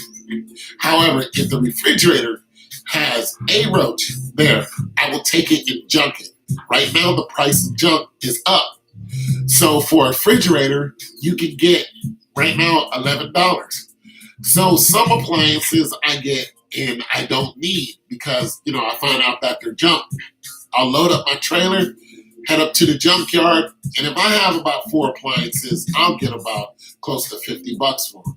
So there's still money being made there. And people will ask me to help them move. People will ask, like I helped the lady move the other day. She paid me $100. And I delivered a washer and dryer to a guy. And I was tired, so I was, parked on the side of the road. And, these guys who run that same apartment complex are like, hey, what do you do? And I was like, I buy, sell, and things along that line. He was like, well, I have some refrigerators and stuff. You can buy them from me and sell them. Boom. I bought 2 of his refrigerators, sold them the next day. And the guy hits me up all the time. Hey, I got stoves. I got this. I got that. So money makes money, people. And this is how, and I would get a hold of that money, go buy a product for, $50 or $25, resell that product for $250, $300. And in something like I was buying refrigerators for $150 for a stainless steel refrigerator. I was selling that same refrigerator for $600. No joke. Now things have slowed down now, but people still need refrigerators. And I get a lot of repeat customers because I give warranties. I'll give a 15-day warranty. A lot of times I'll deliver. And I'm very, very good at customer service. Like, I put on a smiley face. I help the customer. A lot of times they'll call me and say, hey, this has gone wrong with, or this smells bad. And I'll go and clean up, something that they need clean up, charge them $40 for it. They'll say, hey, thanks for the fridge. Do you have a stove? I'll go get them a stove. So I took that money and I saved it. And I just kept putting it into an account. I didn't go out and buy anything new except I bought a truck and it wasn't new. I bought it used because I needed 2 trucks, and I held on to that money. I didn't take that money and spend it. So when the whole pandemic hit and they was talking about stimulus check, I did not spend any of my stimulus check. I didn't spend none of them. I held on to them. There's another one that's going to be coming out that's $2,000. This is what you're talking about. When that comes out, guess where that's going? It's going right into that robo account because I don't need it. So I'm trying to tell you guys, if you guys are getting money that you don't need, put it into an investment somewhere. This guy right here, Omar, this guy's, he's doing better than me. I'm trying to get on his level. You know what I'm saying? I'm trying to level up, get on this guy's level. But money attracts money is basically what I'm saying. Well, I mean, I started off just working out of my Chevy Tahoe, flipping fridges and putting them in the back of there, back hurting every day, taking these big old double door, sometimes 3 and 4 door refrigerators and delivering them. Sometimes I had help, sometimes I didn't have. A lot of stuff that, just I didn't have fridges following me. I done delivered in the snow. I fell twice at the same person's house. Right when I was bringing a fridge in their door. Fell twice right in front of this lady. She's like, you all right? I'm like, are you all right? I'm laying on the ground with a fridge on top of me. I got right up. I got that fridge in the house. I got that stove in the house. She called me, and that's the second fridge I delivered to her, because the first fridge, she was like, this fridge doesn't get cold enough. I said, I'll be right back over here. Brought her another fridge, did not charge her whatsoever, took the old one out, dumped it, and then she called me and was like, I gotta move. Can you buy back the stove? I bought the stove back for a cheaper price. She called me back and said, I'm moving back in the same place. Can you sell me the stove? Sold her back. Customer service is number one. I get a lot of repeat customers, and I get a lot of customers who've heard about me. I got one landlord who buys all his fridges from me. You know what I'm saying? Because he's like, you give great customer service. He bought a $600 fridge from me, and the ice maker. We thought the ice maker didn't work. Turns out it was just a pump. So I had to go in there, didn't know how to fix a pump, looked it up on YouTube, found out how to fix it, ordered it, cost me $100, put it in there myself. Boom, haven't heard from him as far as that fridge is since. He went, told somebody else about me. She called me asking about a fridge. That's just how it goes. That's how I was able to get the money and save it. And that's where I'm at now, you guys. So if you gotta hustle, save your money. Don't go out there trying to impress someone.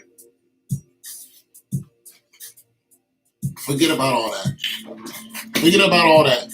Don't go out there and try to impress somebody with your new whatever. Nobody cares. That fades. Get some money, you guys. Make your money work for you. Take a chance. I'll be doing more videos on this subject because you guys like it, and we all need it. If you guys know more than I do, which you probably do, about the same subject, listen, I welcome you. I welcome your knowledge. Spit that knowledge, because I will go and look it up now. I'm looking out the window because my neighbor moved. And I just saw a maintenance truck drive by, and it had a stove on it. So if that truck drove by and has a stove on it, where's the stove she was using? It's a good chance that it's sitting out in the garbage. What are the chances that that stove works? See what I mean? That's how I made money. Now my storage unit is full, but I'm probably just gonna take the stove and put it on the back of one of my trucks and leave it there because I can do that. So, I'm gonna look outside. When I go outside, I'm gonna look at I don't even have to go outside. I can just open up my little blinders and look and say, okay, there's a working stove out there. I can take that stove, look on the market and hold on a second. Hold on, I'm gonna see what's out there. Hold on a second.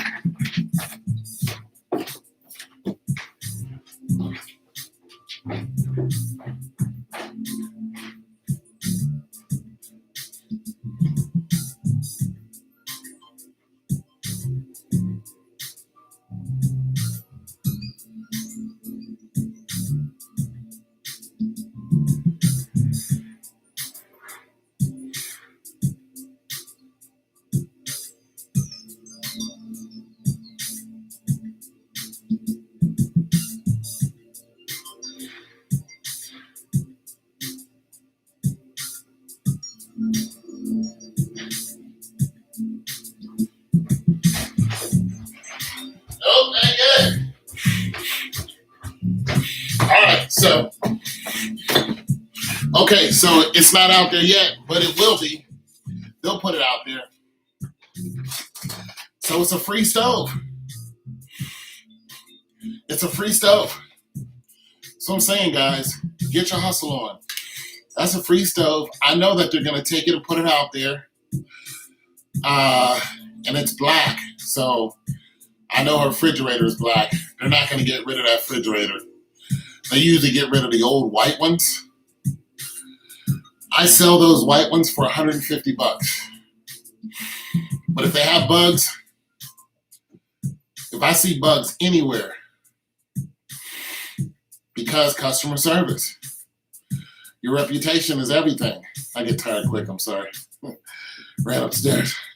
But I know it's going to be out there. Another thing is the junkers. The junkers will come and take that. That's $11. So sometimes they'll set the stove out, and the stove will be, they'll mess it up real bad. And it used to piss me off because that's $75. You know what I'm saying? I could have, sold it for $75. But now I'm just like, you know what? I'll just put it on the back of my trailer. I'll get $11 for it. You know what I'm saying? Let that be the reason. Because I expanded, and they know what I was doing. And, sometimes would ask me, like, what are you doing with those refrigerators? I'm like, selling them. They're like, well, you can't keep them on your back porch. And I'm like, fine. So, that's where storage unit comes in. And that's why my fixed cost has gone up. My storage unit cost used to be around $70. But this was a storage unit that could only fit 3 side-by-sides in it, right? Once I started doing more business, especially I had these one guys who would come over with a truck, and I would just buy fridges off of it. Be like, I'll take that one, and that one, $150 each. You know what I'm saying? Because I knew I was going to turn them over, but they started selling me fridges that didn't work and didn't want to give me my money back. So once that happened, they were like, no, we're not going to come back to you because we owe you money. And I was just like, okay, that's bad business for you. That's what you guys want to do. That's what you guys want to do. I'm not going to try to track you down for $160. It's not worth the hassle. But nonetheless, even the old refrigerators, if I took that to the junkyard, I might get $20, $30 for it. Nonetheless, you could still sell it on the market for parts for $100. You see what I mean? So you can still get some of your money back of that loss, or you can, invest $200 into it and try to fix it. If you do that, then you're looking at 150 for the fridge, 150, 160 for the fridge, and then you look at what you spent to, fix it. So let's just say $200 to fix it. Now you're in 350. And what are you going to sell it for? When you look at the market, you're looking at double doors right now. The market has actually gone down to.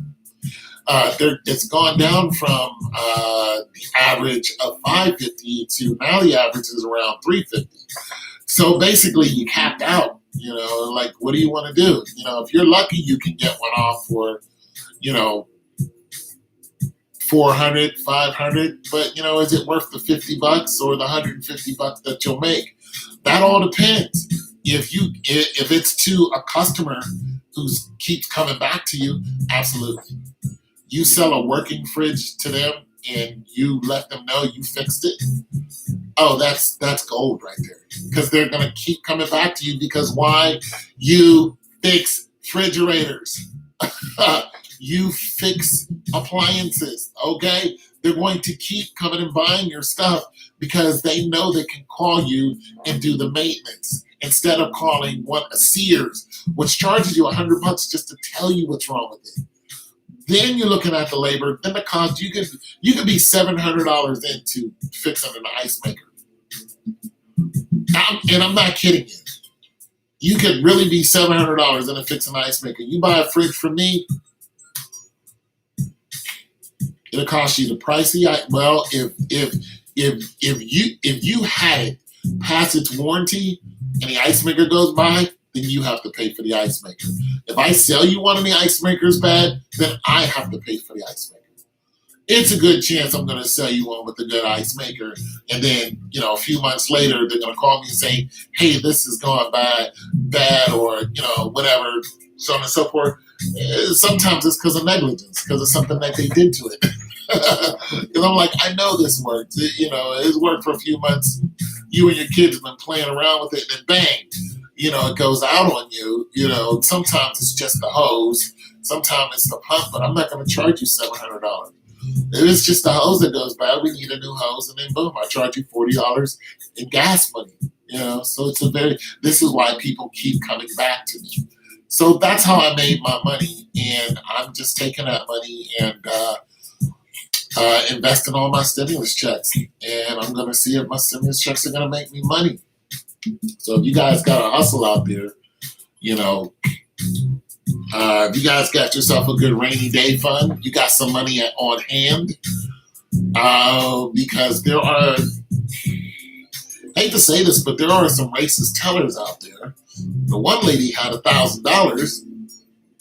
She put it into an account, came in the next day, the money cleared, and the teller went and got the money, and it said, "I don't feel comfortable giving this money to you."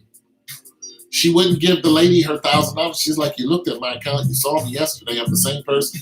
She's like, "I know, but I don't feel comfortable giving you this money." So you have that thing going on. So, it wouldn't hurt to have a couple of $100 on hand. It just wouldn't. If you guys got a piggy bank, you guys got you guys got yourself a piggy bank, wouldn't hurt. Something that you can get a hold to right now. I can get a hold of this right now. I count this about once every 2 months.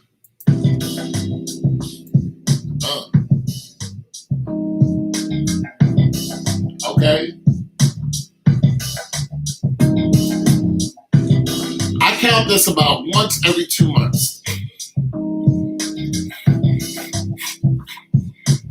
But right about now, it's at the point where I need to go down to Kroger's, dump it in the machine, get out the little, thing, and get my cash flow. Or that costs you money. Or I can take this and wrap it up into the little pennies, quarters, nickel, dimes thing.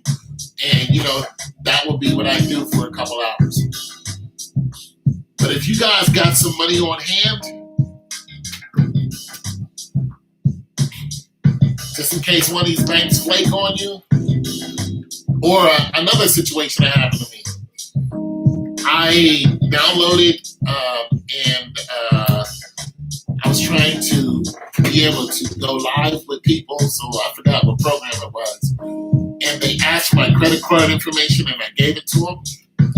But they didn't charge me right up front. And then when they turned around and did charge me, it's like $35. My bank froze. Like I wasn't able to do certain things on my account because they were trying to stop them from taking money out of it. You know what I'm saying? Because they never did say how much they're going to charge you once they start charging you. And my bank looked at that and was like, nope, we're stopping that. So I was calling in and I couldn't get any information on my bank. And then, I went ahead and asked the operator, like, what the heck's going on? And then they told me. So, yeah, those things can happen. So it's not a bad idea to have yourself a couple $100 on hand. Just somewhere. You know what I'm saying? Flat tire money. You know what I'm saying? Flat tire money. You know what I'm saying? Emergency, gotta get on a Greyhound money. You know what I'm saying? Bail money. Bail. Y'all ain't never. Oh, my bad. I don't know who I'm talking to there. Bail money, come on now. Y'all ain't got no friends that done called you out of nowhere. Yeah, I got a brother. He calls me out of nowhere. You all need some bail money. Yeah, I got one of those in my family. All right, so you got that going on. You just might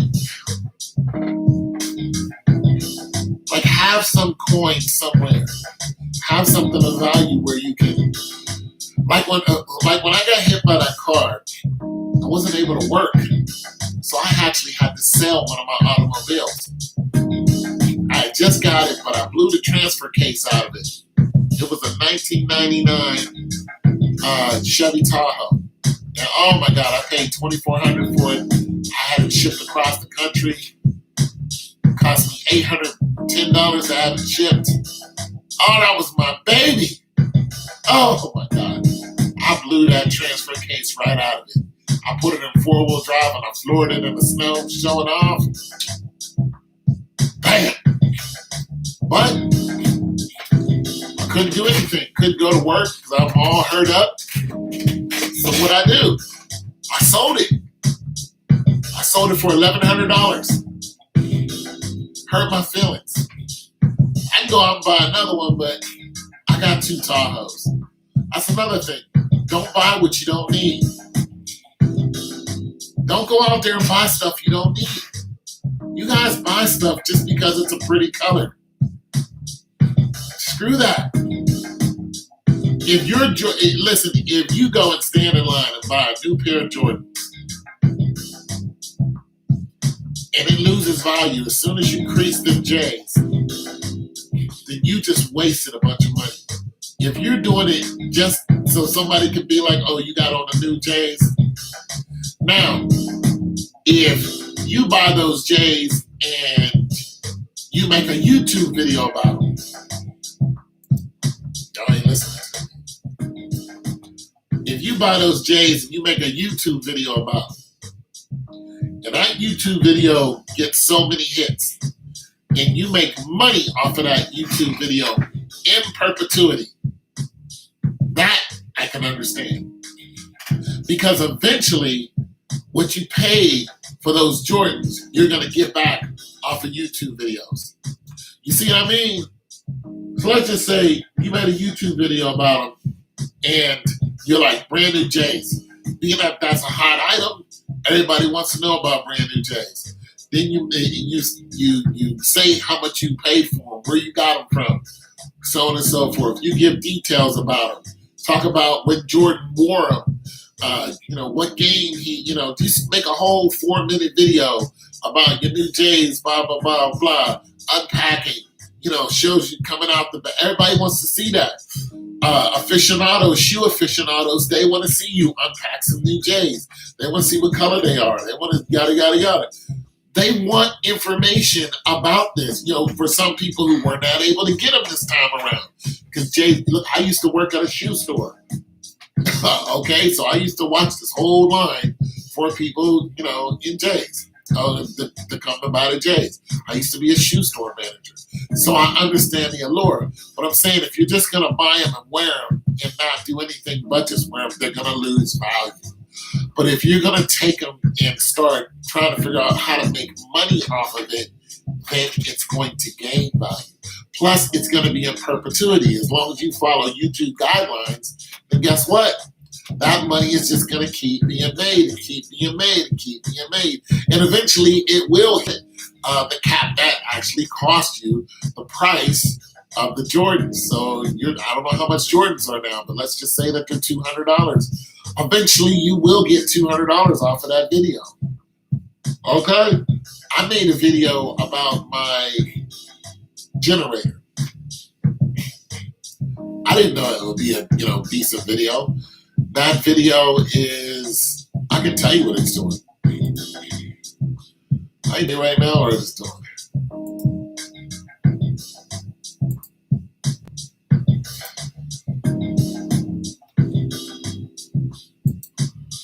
Tell you what that video is doing right now.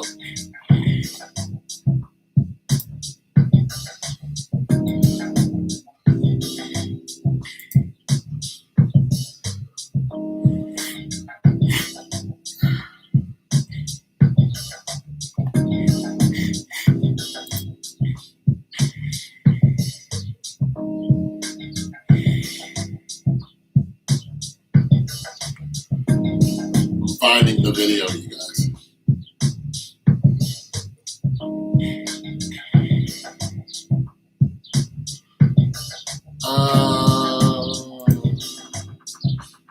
Videos. Doggone it.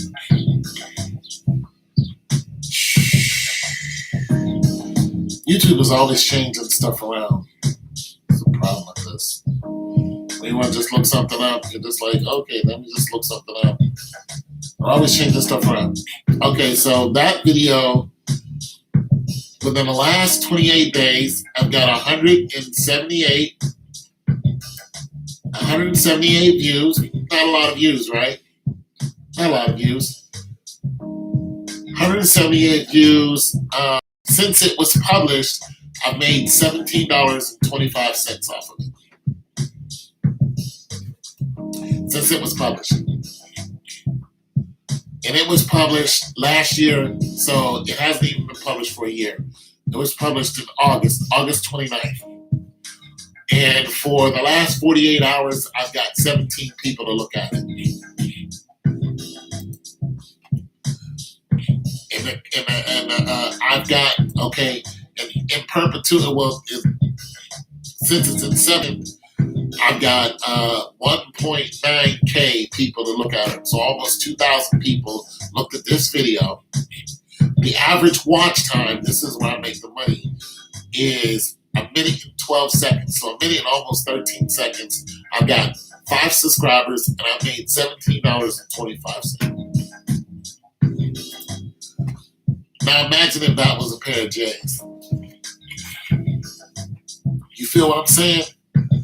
I just decided to make a video on something I bought. Boom, $17 in my pocket. And it keeps going up. So eventually, it may take, 10 years, but eventually it's going to hit the cost of what I paid for the actual generator, which is somewhere around $490. So you can start calculating and figure out how long it's going to take before it actually pays for itself. But this one, I'm telling you people, if you're going to buy something just to show off, it's going to lose value. And eventually it gets old. But if you're going to buy it and then show it off to get paid, that's a whole different program. Make money off of everything. Everything. There's something in your house right now that you can make a video about, and people want to see it.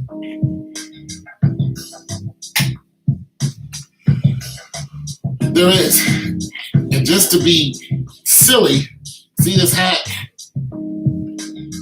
This hat ain't the shiny red it used to be. So, what up with you? How you doing today? This hat ain't the shiny red it used to be. See that? That's the red it used to be. So I'm going to make a video about cleaning this hat. I am. I'm going to make a video about cleaning this hat. This hat cost me $50. I bet if I make a monetized video about cleaning this hat, within about 2 years, I'll make $50 off of that one video. Relaxing. How's your day going? I'm chilling. I wasn't able to get on YouTube for a minute, but I'm back chilling. I'll probably make a music video here, probably sometime of the day. I'm just chilling out, haven't eaten breakfast yet, but I will soon. Shoot, it's almost lunchtime, ain't it? I'll grab a sandwich. I wanted to go lift today, but I might not. My back has been hurting, so I was going to do some shoulders today, but my back hurts, and I don't really mess around with the shoulders too much. You been all right? Everything been good? You been making money? You been making money? Tell me about your money making stories. What's up? What you been doing? You been getting that guan? What'd you do? What'd you invest in? You bought some stocks, some mutual funds, some ATFs, some exchange trade funds. What you did?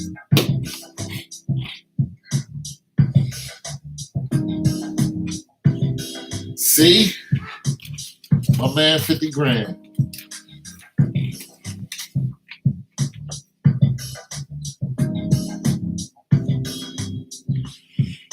That's what I'm talking about. We all gonna come up. We all coming up. I'm gonna research all this stuff you guys been telling me. Cause I got $500 I'm trying to put into something. I got $500 into my investment bank account, which is basically my stimulus check. All my stimulus checks are going to this account. That's what I'm doing with them. Taking all my stimulus checks.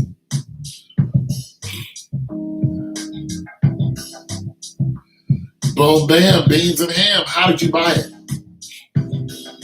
What'd you buy it with? Hold on, I'm gonna go grab a croissant real quick. Yeah, I want to know how you bought it. Yeah.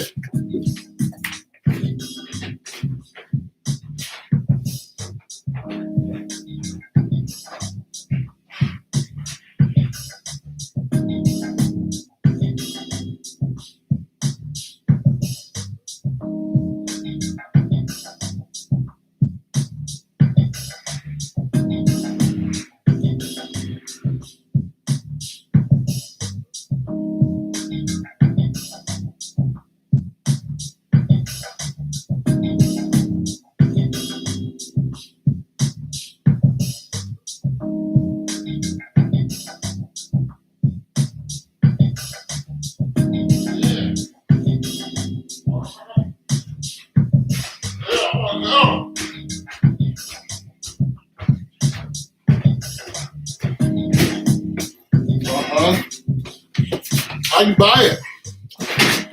Oh, Robinhood? Woo! 30 cents. Man, that Robinhood app. I wasn't feeling that Robinhood app after what they did. I was like, I ain't liking what y'all did to those folks. Y'all messed those folks over real good. Taking out money. All those people lost their money on that. I don't trust it.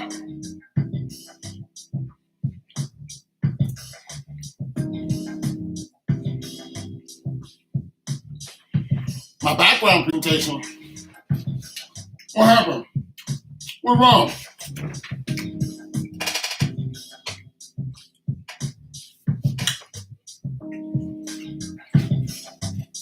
I'm gonna tell you something about my background.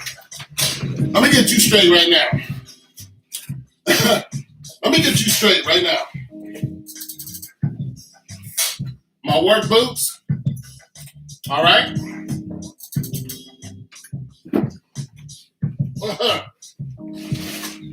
My gym bag,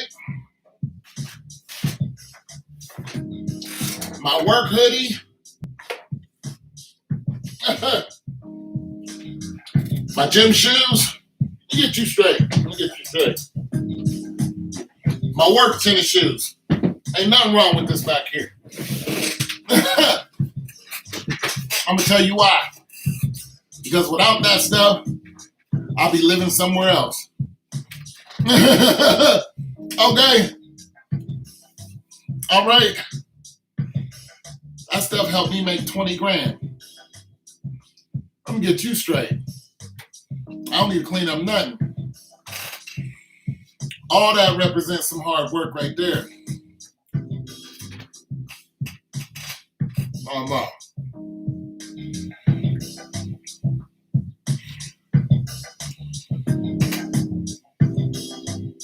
Oh, but you know what?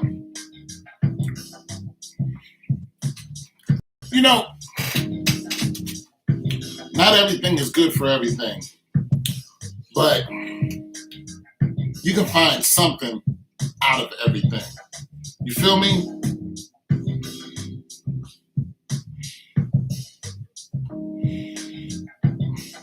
Like, you can't convince me to go and invest with Robinhood right now and then buy GameStop and the other 13 stocks that they had that where they took that money from those people. You can't convince me to fall for that.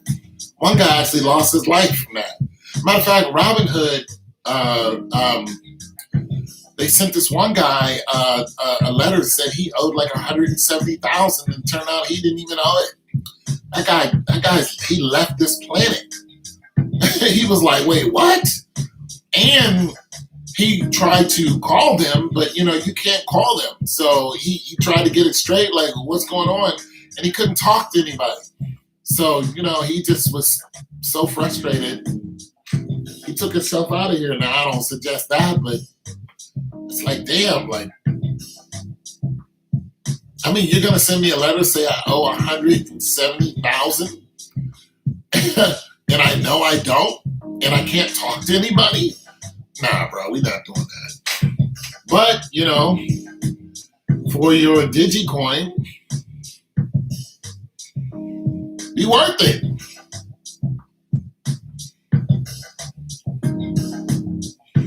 Okay. See, all I'm saying, everything's not good for everything, but when it comes to that,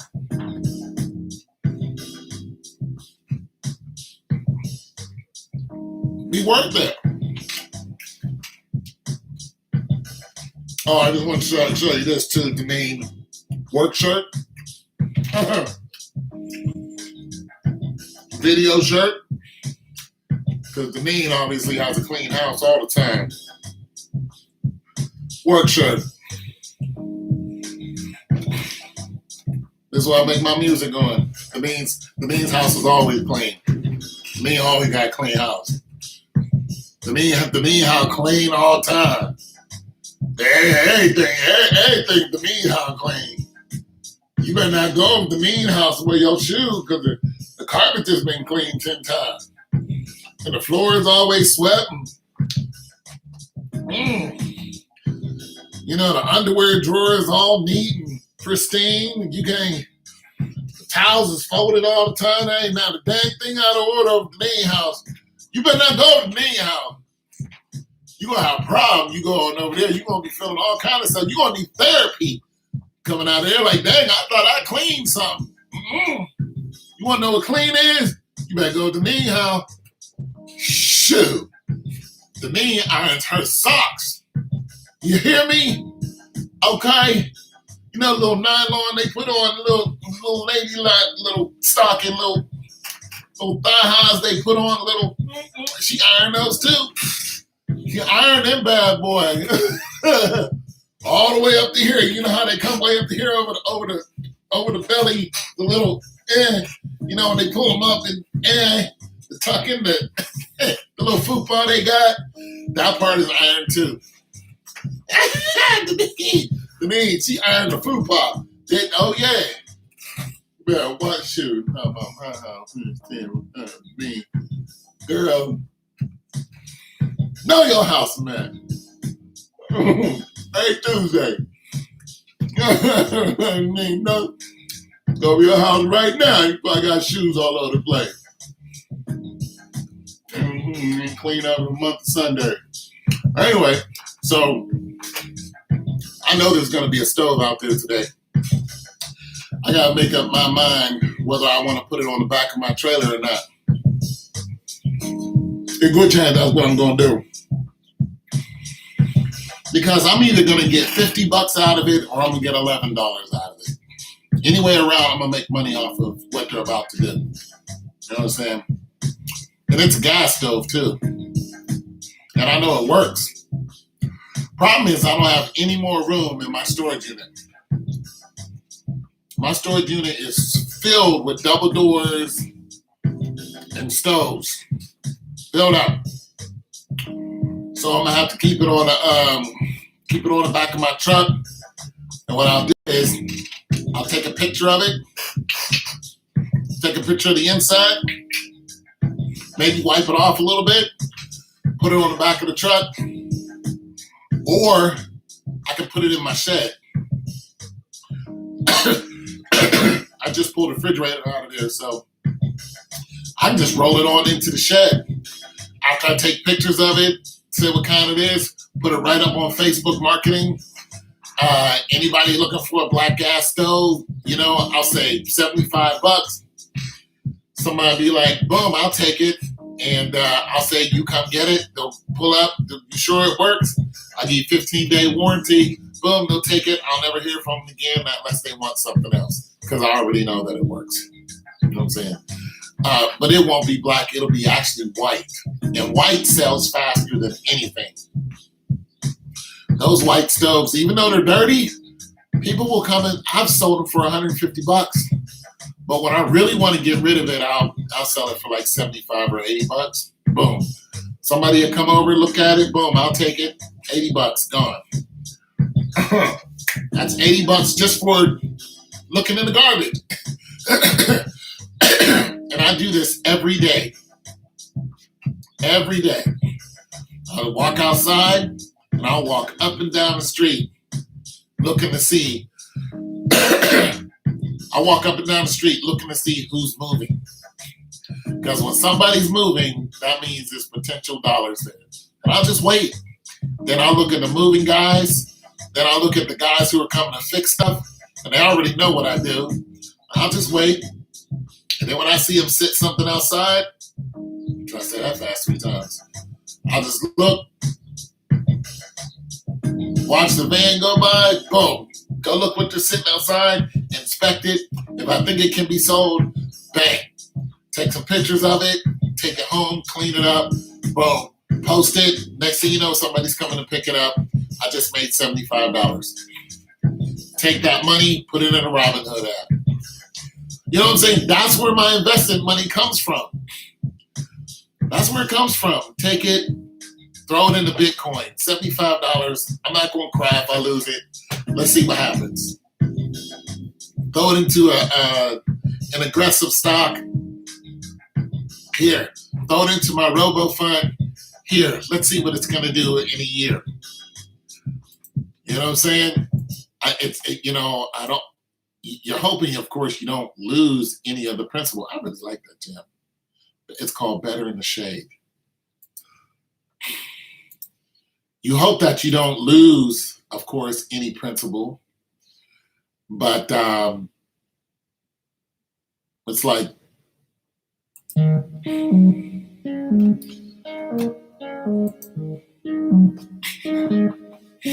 I used to dump to die, find 12. Hey, see what I mean? Now I'm gonna go ahead and say this. My mama, God rest her little song. My mom used to dumpster dive. All right, my mom used to dumpster dive to me. Okay, I'm just gonna say this, Janine. My mama used to dumpster dive. Today, don't give me down about my mama today.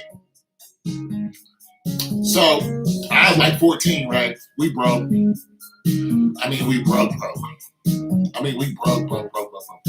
We started broke. We was that broke. There was this company not far from my house that made electronics. So me mom, it's not a good song to talk over, even though it is a jam. So my mom would be like,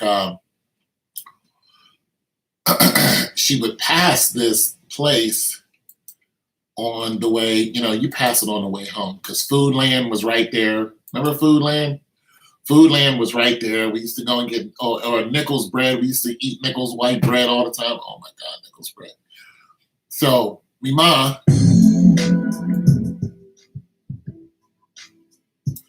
so she would see this dumpster all the time and be like, what's in there? So it was the big dumpster too. You had to get up and in. Yeah, you had, like, your feet was dangling. Like, it was one of those dumpsters. Like, you had to be for real in it. You couldn't be half in it. You couldn't be like half in it like you was really in there. And so I was like, Ma, if you don't get up out of it, she was like, nah. She was like, there's stuff in here. So even though it was embarrassing as heck and everybody knew that my mom was a dumpster diver, I started dumpster diving with her because one day she pulled out a calculator, couple of them. I was just like, this calculator still works. And she was like, yeah, like one of the numbers didn't show, but it was still good. I took it to school with me. I said, okay, I'm a believer. Let's go get it. Let's get it. You know what I'm saying? Now, we didn't sell any of that stuff, which is what I do today. But nonetheless, so I do 100% get dumpster diving. And especially people who dumpster dive for, there was one guy who was doing a YouTube video on food. He would wait until a lot of these companies, this is what they do, they throw away good food because of the dates. You can't go past a certain date with food and it's no good, and you can't give it to the poor because if they get sick they can come back and sue you. So they would just wait on a certain day where they knew this food was being thrown away, and it would be packaged up still. So donuts still packaged up and all this kind of, just stuff that you could still consumable, but and it's all packaged up so there's not bugs in it and things like that. So they would just go and grab it. They're just like, this sushi is still good. This right here is still good. If you get it within a certain amount of time, there's no mold, no nothing. And, so they would take that food, consume it. Things on that line too. Oh yeah. You still do that? Yeah. Now I made thousands and thousands of dollars off of people who are remodeling. That's where the bulk of my income came from all the way up until 2 months ago. That's where the majority of my money was coming from because these guys were private contractors for one of these big appliance places, and these people would order new appliances and they would take the old working appliances and they would sell them to people like me until they sold me one that wasn't no good, and then they were like, no, we're not going to replace it. You know what I'm saying? So they kept my money and was just like, no, we're not coming back anymore. And they haven't been back. I'm just like, okay, it's cool.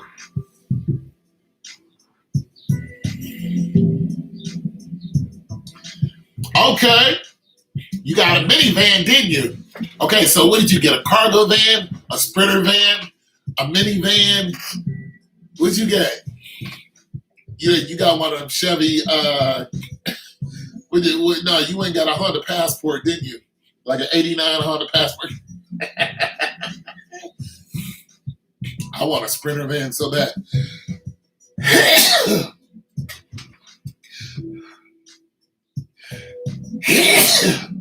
I want a Sprinter van. I used to have one of those. That's what I got my car accident in. I think it was a Chrysler. Yeah, I think mine was a Chevy something. Yeah, there it is. Now, what I used to do with that van, I bought it for $1,600. I used to work out at Honda through a temp service. So anybody who rode with me had to pay me $2. Their $2 back, because it was an hour away. I was making money hand over fist loading people up in that damn van. And in my Tahoes, oh my God. I was doing $600 a week, killing it. The bad thing is I had to drop them all off at home. So by the time I got home to sleep, it was 2 in the freaking morning. Sometimes 2:30 in the morning. And then the temporary service will call me at 10 o'clock in the morning to see if I'm going back to work for the second shift. So they'll wake me up at 10. So eventually it just wore me out. I wasn't getting enough sleep. And I quit. I just couldn't keep it. I just couldn't keep up the pace. But the people were loyal to me because I dropped them off at home. And some people lived, where the bus wasn't running anymore. So they was like, I'm rolling with you. Here's my $2. Here, come on, let's go. Because I was dropping each one off at home. I had a whole pattern. But it just wore me out. Yeah, you get money in those vans. Mine was seated though. Yeah, is it bulkhead? You don't have a bulkhead in it, do you? I had a landlord pull up in one of those. He had a Sprinter van. Took the fridge and stood it out. I was like, okay. I had some Mexicans a week ago. Bought a fridge from me. Pulled up in a Sprinter van to get the fridge. Why was the whole family in the back of the van? You open the van up and there was like 10 people in the back of the. I was like, where's the fridge going? They had mama was back to the mom, your me mom, was in the back of there with the kids, trying to move on the audios, mios.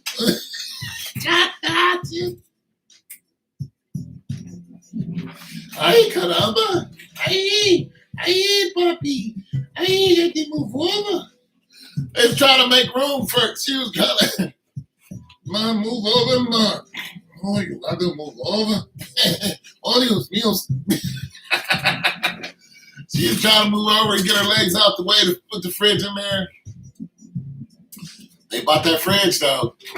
I ain't heard from them since. That's what's up. They was nervous, too. Because they thought, they was like, oh, this guy might get us for $150. I just like, 150. I said, look, I have other fridges in there. If this one doesn't work, which I already knew that it did because it came out of a working unit. I was like, just, come back and get another one. The good thing about it is, there's a good chance they're going to tell somebody about me, and that person will come and get a fridge from me. Yeah, okay, so it doesn't have a bulkhead. You got tools? What tools you got? Wait a minute, you said you might go back to doing it, so this was your hustle, right? So you got a regular day job. Probably a nurse or something like that. You're probably a teacher or something. Probably a third grade teacher or something like that. Dumpster dive on the weekends. Mrs. Sharp.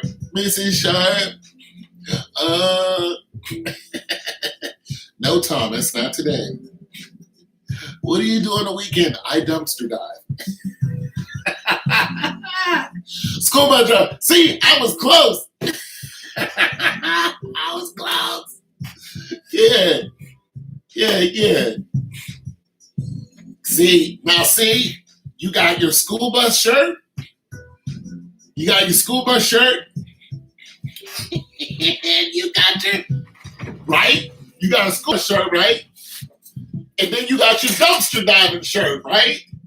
Okay. Both of them, okay. Both of them do what? What do? They make you money. All right, then. Okay. All right. Both of them make you money. All right. Shoot. You got a ladder? You pull up with, do you pull up with the official gear or what? You got a raincoat and everything? You got the little picker thing for the garbage, little extended thing so you can pick up, man. With the gloves, you got the special gloves. If you got a van, you got equipment. You got the special gloves for come on, man, tell us about the dumpster diving. Like, what are you getting out of there?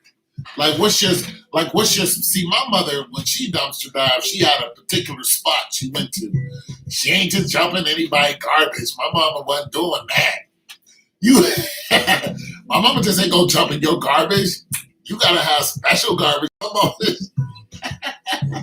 My mom she jumped into the electronics. That's what she wanted. And she fixed cars. Yeah. She fixed brakes, engines, and all that. She was about that.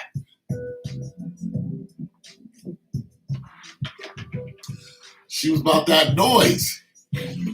Tell you what kind of engine is in what? 432. What? Oh, that's a Chevy engine. That's gonna have a 350 wide block with a She's like, yeah. Calibrations and all that. My mom was about that noise. She was about that. Yeah, school bus driver. You probably got a dumpster there's probably a dumpster at the school. You dumpster dive. Oh my goodness. You dumpster diving at the school. When I see big dumpsters in front of a house, just ask, can I go through, look at you? So what's the most valuable thing you got out of a dumpster? You found somebody's throwaway Rolex or something in there, didn't you? I'm going to tell you something that's valuable that people don't realize is valuable. These. Pennies.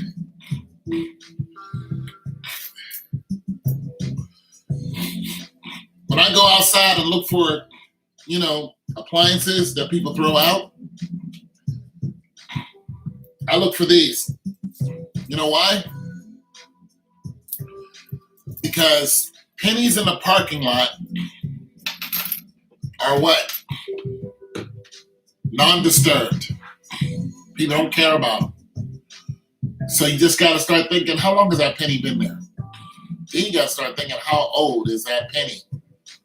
Then you got to start looking up what pennies are valuable and when they're valuable. So let's do that real quick.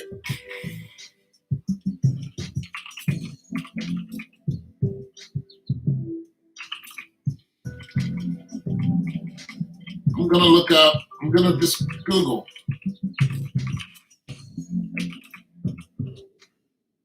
Value of old pennies by year. Oh, this that good stuff right here, baby. By year. Okay? Oh, that's my Facebook. Hold on, somebody's asking me about a refrigerator. Yes, it's available. And here's how I do it. I say, yes, it's available. And then I say, when can you pick it up? I ask the question because it's more engaging. Meaning, it's a question, so you should have an answer to it. So when they look up when it's available, then they'll answer the question and look at the next line, which is, when can you pick it up? When they answer that, then I give them the address. Boom, boom, boom, boom, boom. Next thing you know, somebody's pulling up in my storage unit. They bought a refrigerator that I paid $0 for. Why? Because I got it out the garbage. They're remodeling. They threw away the appliances. I know the appliances work. I picked it up, took it to a storage unit, cleaned it up a little bit. Boom. I made $100. Take that $100, put it into Robinhood, Cash App, a robo account. Now my money's making money. It can't get any better than that. Okay, so pennies by year. Let me see if you left a comment. All right. Value of pennies by year. A 1946 wheat penny is $2,000 on eBay. 1946? A rare Abraham Lincoln penny, 1960. No. Wow. No. $50,000? Oh, I'm about to clean these pennies up. Oh, an error. Oh, a 1992 error penny is worth $5,000. This is on eBay. An extremely rare 1943 penny, $42,000. A rare transition, $35,000. Extremely rare, unique penny, error penny. Oh, okay. 1968 Lincoln penny, 1 cent, $50,000. Small date penny, 2.5 grams. A small date penny. Extremely rare pennies, no mint mark era. 50,000. Oh, it has no mint mark. 50,000. Yo.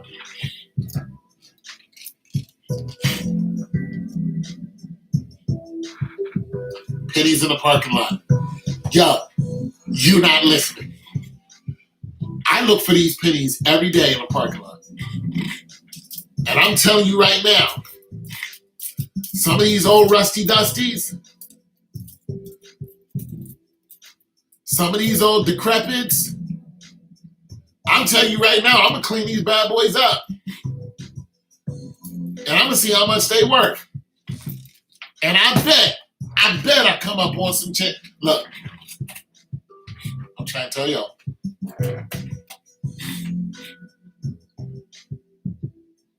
Ooh. A 1950 wheat penny. Ooh, look at you.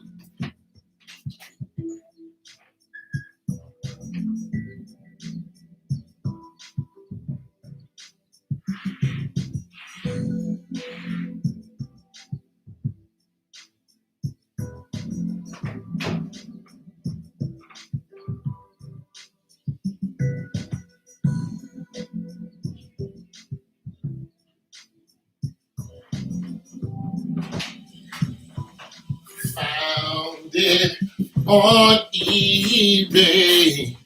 Tell me why I bought that Alpha Line. A wheat penny. Oh, I need my glasses on for this. Oh, Denise. Oh. Does your husband know you dumpster dive? I bet you hide it from him, don't you?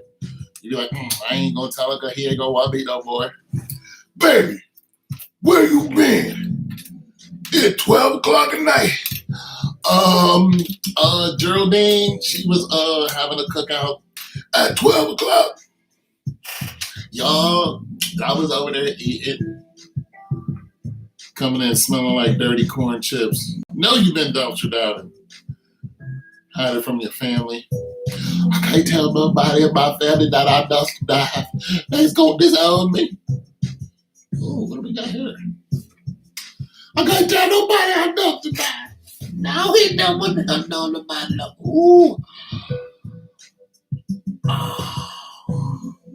Oh, I just found a rare penny, y'all.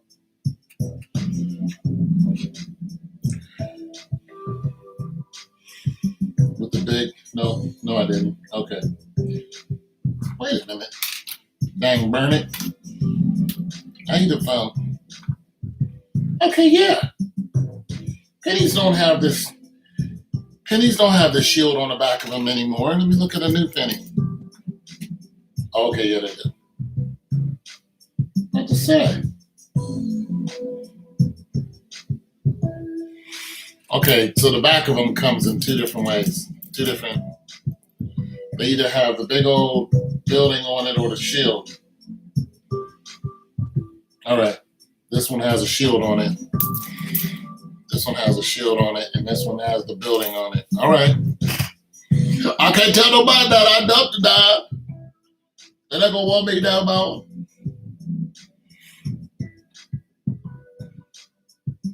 You go dumpster diving by yourself. You take your kids with you, don't you? Just to embarrass them. Junior, get on up off of that PlayStation. Come here, boy. Mama, I ain't going dump tonight. Shut up, boy. Put your coat on. Get in the car. Slap him in the back of the head. Whop in the Put your crying, boy. He 5 years old. Quit your crying. We going to dumpster dive.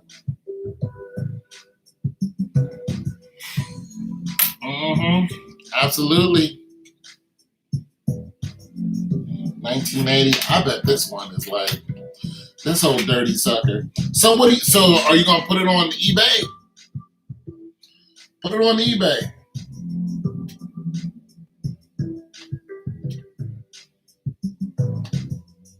Shoot, I need a magnifying glass. I can't tell the years. These old crusty, these things have been beat up. Oh, Lord. Yeah, man, I know I got a rare penny in here somewhere.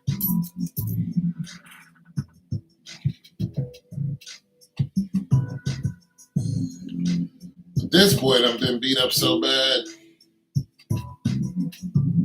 I can't tell what year it is. Okay. Man, years been scraped off of these jokers. I'm telling you, there's a valuable one in there somewhere. Maybe he's calling back. Yeah. So she said, huh. See what they did? Oh, yep. Yep. They put that stove in there. So there's got to be a stove outside.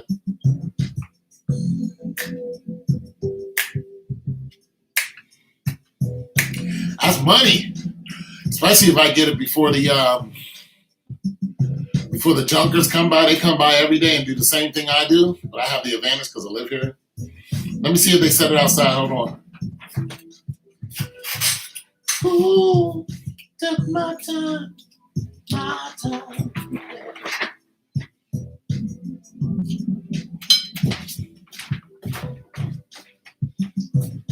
Ooh.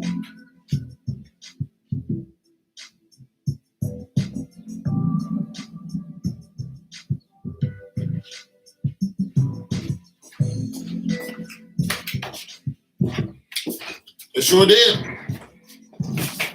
It sure did. I gotta go get it. I mean, if you guys want to wait here for a few, that's fine. But I'm gonna go and I'm gonna go ahead and go. I'll come back later. Talk to you guys later. Bye.